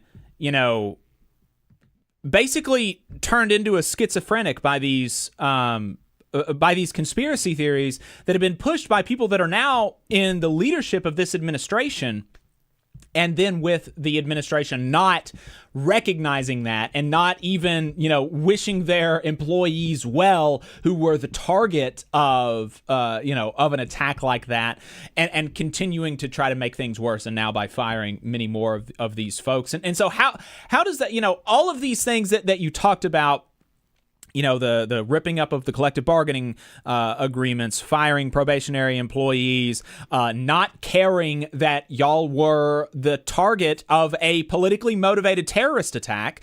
How has that impacted your ability to serve the American people on a day-to-day basis? It has made it near impossible for us to do the work that we were hired to do. There are so many barriers in place, even for the most simplest of things. Even when it comes to an internal email that should take all of, I'd say, less than an hour for it to be approved and disseminated. It could take days or weeks if it ever, sees the light of day. Everything has the barrier of a political appointee must view it first. And keep in mind that a lot of these political appointees do not have any public health experience. Right. So then they need someone with public health experience to translate to them what it is that they're looking at, so then a decision can be made on it. And if that's what efficiency looks like, we're really in trouble. So a lot of public health messaging is not going to get out there because there's still a lot of fighting over what's true and what's false. And a lot of it depends on which side of the coin you happen to be on and what your personal interests are, instead of it being about what the science is telling us. I mean, their whole complaint was ostensibly, or a big part of their complaint was ostensibly, about the politicization of public health, and, just want to kind of flag that irony for folks that, the people who are concerned with the politicization of public health are now saying that anything that's communicated about public health has to be approved by a political appointee who doesn't know the first thing about public health.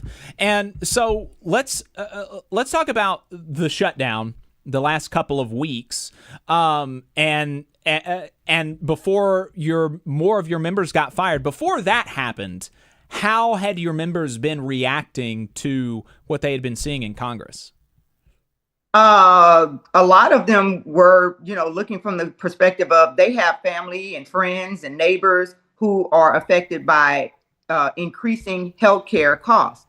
Federal employees, we are being affected by increasing healthcare costs. So this was something personal to a lot of people. So it was understandable that you do want the best healthcare for your elders. You do want the best access to healthcare for your children and other vulnerable populations. And that should not be too much to ask. But when you come from a background of wealth, where you've never had to worry about things like that, where you could pay out of pocket easily and it would not hurt your budget in any way, when you don't have to worry about making your mortgage or your rent or your car payment or your car insurance or whatever, when those things are not the most important things happening in your day-to-day, you become out of touch. And a lot of these people that are in the positions that are making decisions for us are wealthy people who not only are they out of touch, but they really don't care. So even when they're out there basically drawing in more followers, a lot of those followers really believe that these administrations are looking out for them. And the only people that they're looking out for is people who are wealthy like them. So the wealthy are looking out for the wealthy. And, it's kind of an oxymoron that a nation of working class people would have wealthy people controlling them.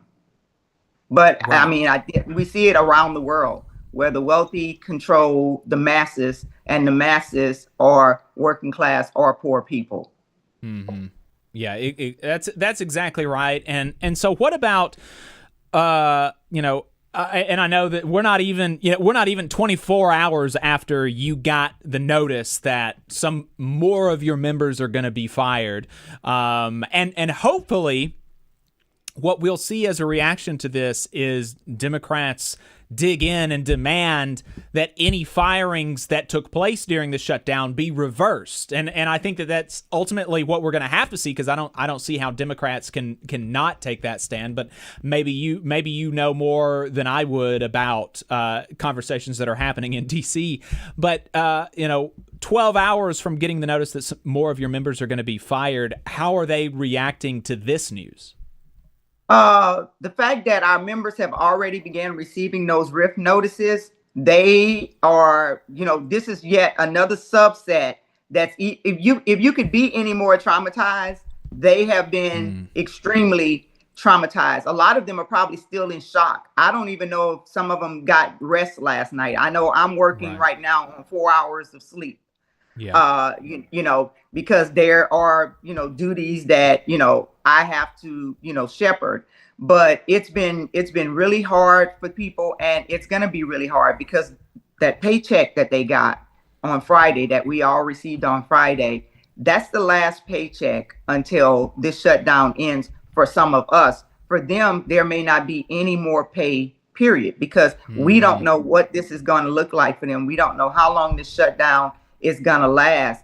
And it's time that the one side that keeps saying that there's nothing to negotiate decide to get to the table and actually negotiate. No one is perfect. So that means however clean you think your continuing resolution is, it's obviously not that clean if the other side has issues with it and you're not willing to be an adult and come to the table and work through what it is so that people can go back to work, and so that you will stop sitting there targeting people who have nothing to do with anything, because you're basically using federal employees as bargaining chips.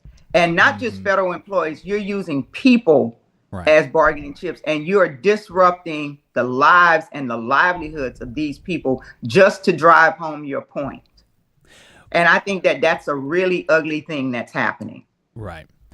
We're union members in the South, union leaders in the South, and at least in my union, we have lots of members that are conservative, that do vote Republican, and a lot of my family is conservative, and so I try to, as often as I can, kind of think about how, quote unquote, the other side is receiving this news, and at least for the start of it, I don't agree. But I can understand how maybe somebody would say, well, maybe I agree that we should not let the ACA subsidies expire, but, you shouldn't hold the government hostage, and that should be negotiated on its own basis, and blah, blah, blah, and they should have voted to fund the government or whatever.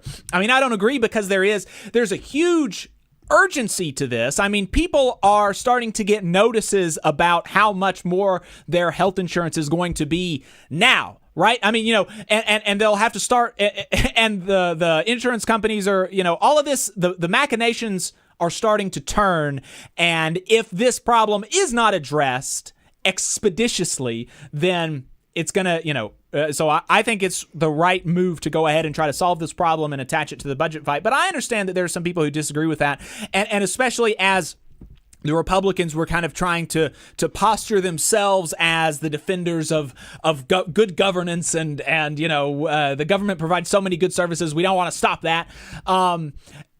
But what they're doing to your members by firing them, what they're doing to other furloughed employees by saying that we are not going to provide back pay to those people, what they're doing in not bringing the House back in session to even vote on providing pay for troops so that they don't have to release the Epstein files, all of those things really seem to undermine their credibility. And so I'm wondering how, especially now in the last week as the Trump administration has really sort of given up ground on saying we just want a clean CR and we just want to fund the government. They're doing more and more things that show that that's not even what they started with, was not in good faith. I'm wondering, do you feel like their moves this week are starting to lose them credibility among some of their base, or do you feel like any of this is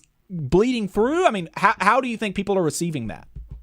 I do think that more and more of their base is changing their minds. Even people that I know that have been staunch Republicans. Matter of fact, I have two neighbors that live down the street, and for the longest, they've still had like a Trump placard on their homes. Mm-hmm. They recently removed them. They removed the flag that they had there. And, even in conversations, they're now more open to listening to both sides. And they really feel like this administration has been overly vindictive toward people who have not, we're not actually the problem. We are the distraction. So attacking federal employees is a way to distract from the disorganization, the disruption, the non-efficiency, because this is not efficient. This is costing the taxpayers who knows how much money because money is not being saved, not the way that this organization is working. There isn't any saving if you can't even get the most basic products out to the public without it going through so many different channels and ending up at a political appointee who has no idea what it is they're looking at.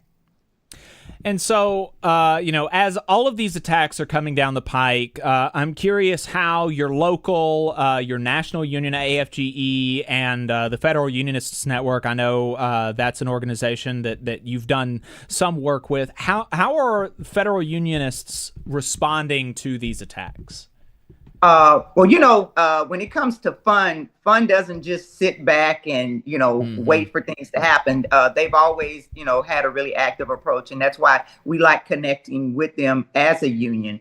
AFGE National, as soon as they got whiff of there being mass layoffs, they filed the lawsuit. I think it was last week. Or October 1st, somewhere around that.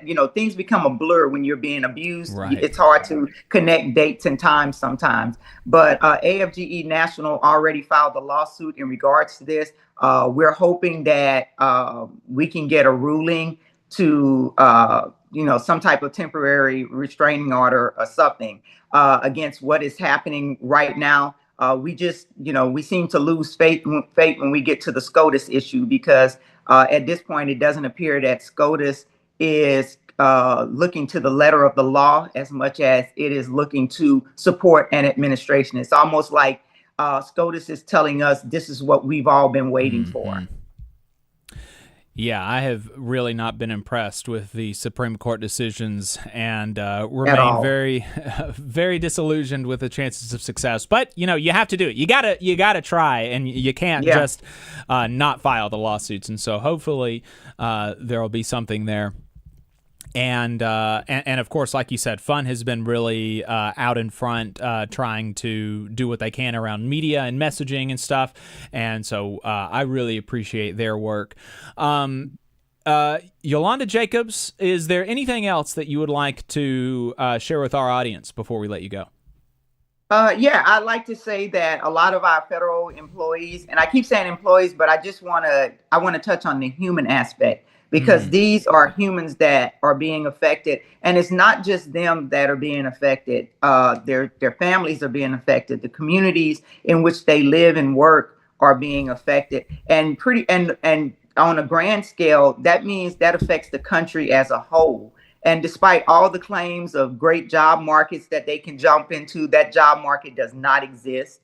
There's so much that is being destroyed. And I think that's the purpose of it, because it's a lot easier to destroy it than it is to repair it. Yeah. And if this looks anything like what happened to the probationary employees, in the end, they don't get any real justice. The assumption is made that, they've already been incorporated into the greater job market when that's not so. We still know of hundreds of probationary employees who have yet to find employment. And of course, you remember they were let go in what we call the Valentine's Massacre. So it's been one massacre after another of federal employees. So I guess we'll call this one the Columbus Massacre or the Indigenous Peoples Massacre. I don't know what they want to call this one, but it's just yet another massacre of federal employees. Yolanda Jacobs, president of the American Federation of Government Employees, AFGE, Local 2883 at the Centers for Disease Control in Atlanta, Georgia. Thank you so much for your time. I appreciate it. You're welcome. Thank you all for having me. Yep. 844-899-TVLR is the phone number, 844-899-8857 if you would like to call in. Appreciate everybody tuning in. Go ahead, like the stream, subscribe to the channel if you haven't already. Sean Duffy is the Secretary of the Department of Transportation, and he's also the acting administrator for NASA, which does not make a whole lot of sense. And he has had some things to say about air traffic controllers who are calling out sick during this government shutdown as they are being forced to do overtime without a paycheck. And he has some words for them. So let's go ahead and play clip 2. Are you going to pay air traffic controllers who call in sick during the shutdown? No, listen, no, we're not. Okay, pause this. What we're going to do is pay those controllers once the government opens back up for the time that they put in. And they'll all get Sean Duffy. They'll all get paid.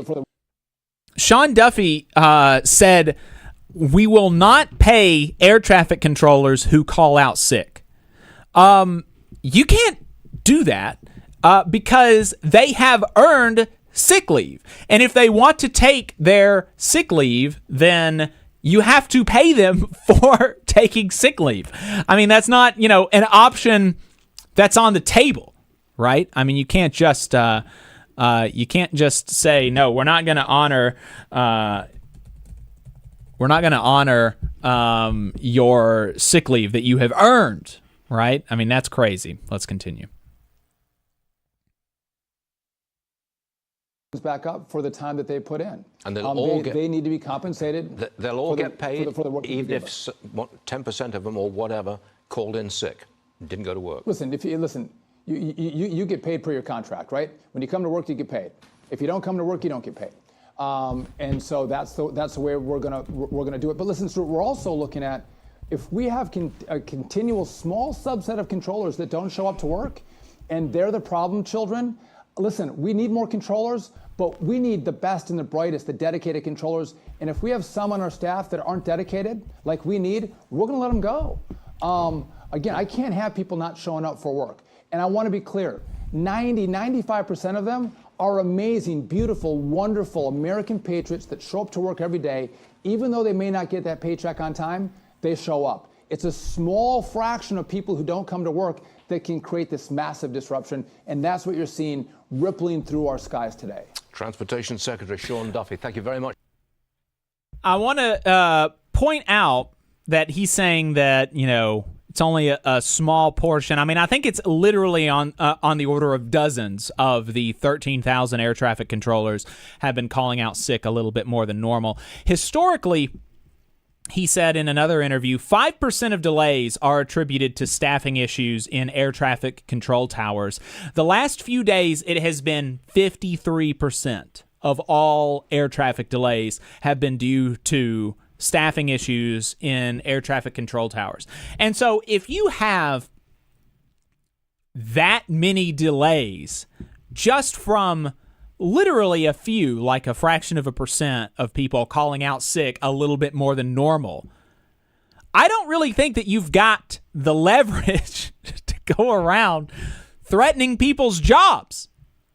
I don't think you have the leverage, just kind of economically, right? But also, I don't think that you have the moral leverage because air traffic controllers, there have been staffing issues with the FAA for a decade or two now. Staffing issues that have forced air traffic controllers to work 6-7 day weeks, 10 12 hours a day, mandatory overtime, not being able to see their children, huge problems with mental health and alcohol abuse, because you cannot be an air traffic controller if you have a diagnosed mental disorder, that including like depression. Right? And so what air traffic controllers do, instead of seeking professional help for their depression, a lot of times they self-medicate with alcohol, which seems not as good as going to a therapist. But you can't do that if you're an air traffic controller. I mean, it's just so crazy. And so for this guy who, got famous as a reality TV star, and then he did, earn his law degree and become a district attorney and a U.S. congressperson. But, for this guy to come on and be moralizing about people not going to work when the population of folks that we're talking about are working 6-7 days a week, 10-12 hours a day, that is absurd. You don't have the economic leverage. You don't have the moral leverage. And, ironically, it was the potential for an illegal work stoppage that stopped the last shutdown by the flight attendants. I believe it was the flight attendants back in 2019 who stopped the 35-day shutdown, who were like, all right, look, the air traffic controllers have not been paid in like 2 pay periods. A lot of them are calling out of work. The TSA agents are calling out of work. Like the skies are not safe, and we're not going to fly anymore with the skies not being safe. And so we may need to see something like that again this time to get the shutdown to come to an end, and to get the Republicans to come off of their position of we are dead set on increasing healthcare costs for working people. We'll have to see what happens. But yeah, I mean, just really gross stuff from the Secretary of the Department of Transportation. Union Gus says, seems like a good strikeable position, TBH. You would think so. It seems like they're in a better position now than Patco was in the 1980s, but I could imagine that air traffic controllers in particular are skittish about going on illegal strikes. So, that's not an unreasonable position for them. So. Yeah, and also I just wanted to add the working conditions that you talked about will make someone sick. Right. If you're working 6-7 days a week, long hours, never seeing your family, never getting adequate rest, your immune system suffers for that. You just are going to get more sick more often, right? So, these are the conditions they've been left with. And so if some people are calling out sick, and by the way, you're not getting paid. Right. No one's, are your bills going to stop coming in? Come on. Yeah. 844-899-TVLR is the phone number, 844-899-8857. If you're catching us when we're not live, you can also leave us a voicemail, and we might respond to it on the next program. You can leave us a voicemail at any time, even in the middle of the night. Leave us a voicemail whenever you want, whenever you get the urge, 844-899-TVLR. You can also call in live. We are live from 9:30 to 12:30, 9:30 a.m. to 12:30 p.m., Saturday mornings, Central Time. So find us live and call in and talk to us during the show, 844-899-TVLR. Adam, I think that's about it as far as the things that I had prepped. Was there anything that's been grinding your gears this week? Well, one thing I did want to make sure we pointed out is that Labor Notes put out a new website, May2028.org. So there's been a lot of conversation over the last, 2 years now, I guess, at this point, about May Day 2028 as an opportunity for the labor movement to really make a splash. So there's an effort for unions to align their contracts to expire on May 1st, 2028 in coordination with the UAW's Big Three contracts. And it's also something, that President Fain spoke about on a webinar we attended the other week. It's not just like about a general strike, but more of an opportunity to organize and really have a coming out party for a movement. And so, I wanted to plug that website, may2028.org. Looks like a good resource for folks who are interested in finding out more. You can find out a little bit about like why this date, why you should get involved, why coordinated strikes are effective, and why it's important, and why it could be useful for this time, and what you can do, including even if you're not in a union, ways you can participate. So I just wanted to make sure we did put that out there for folks. I think the strike weapon is going to be critical to really responding to the crises that we're facing right now. We're facing multiple layers of crisis, and that is our most potent weapon that we have, right? It's not the only weapon we have. There are plenty of ways to organize and build resistance to these policies that are hurting our people. But being able to withhold our labor and extract leverage is really critical. And, you mentioned the air traffic controllers, and something we have to be mindful of is that not every workplace has the same amount of leverage. Not every worker has the same amount of leverage. Some industries are more strategic than others in terms of their, importance to the economy. So those are all things we need to be thinking through. But as a labor movement, we have to be bold and militant and be willing to embrace struggle and real collective action if we are going to beat back these attacks. Yeah, absolutely. Union Gus says they just riffed lots of folks. They don't care if the apparatus of the state works. Eric says all the federal workers who are working for free should organize and strike for 3 to 5 days. Watch the country panic. Get the public on their side and watch how fast this gets fixed. Yeah, I mean, I agree that would happen, but laying the groundwork for that is incredibly difficult. Especially when so many federal employees, are sort of professionals and have really been propagandized to sort of not see themselves as workers, right? I'm a white-collar worker, worked in the federal government for a really long time, and, it kind of still surprises me how often people that I work with don't conceptualize of themselves as workers. And so, laying the groundwork for class consciousness and organization and union power is really important. You can't just, unfortunately, kind of call a strike as a national union leader and expect that call to be heeded, right? That's just not the culture that we have in this country, unfortunately. So. Yeah, and I'll bring us home here just by reminding folks of a few events that are going on that you want to have on your radar. Again, go to labornotes.org/events. They have a stewards workshop on just cause. They have what to do when your union breaks your heart. They have a New Orleans troublemaker school coming up in December. So that's worth checking out. And if you are in Alabama and you want to know more about how the so-called Big Beautiful Bill, the Republican budget, H.R. 1, how that's going to impact folks here in Alabama, particularly around health and hunger, recommend you go to alarise.org.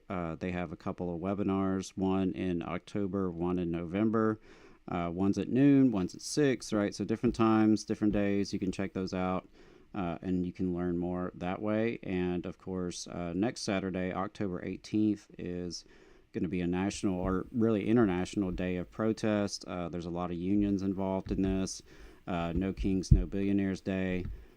So, that's something to have on your radar because there may be an event in your area. It could be a good opportunity to connect with like-minded people and really, find other folks who feel strongly about what's going on and why we deserve a country that's not run by billionaires. Yeah. Well, I think that's about it for us today, folks. We'll go ahead and wrap early. Appreciate everybody tuning in. We'll see you next week.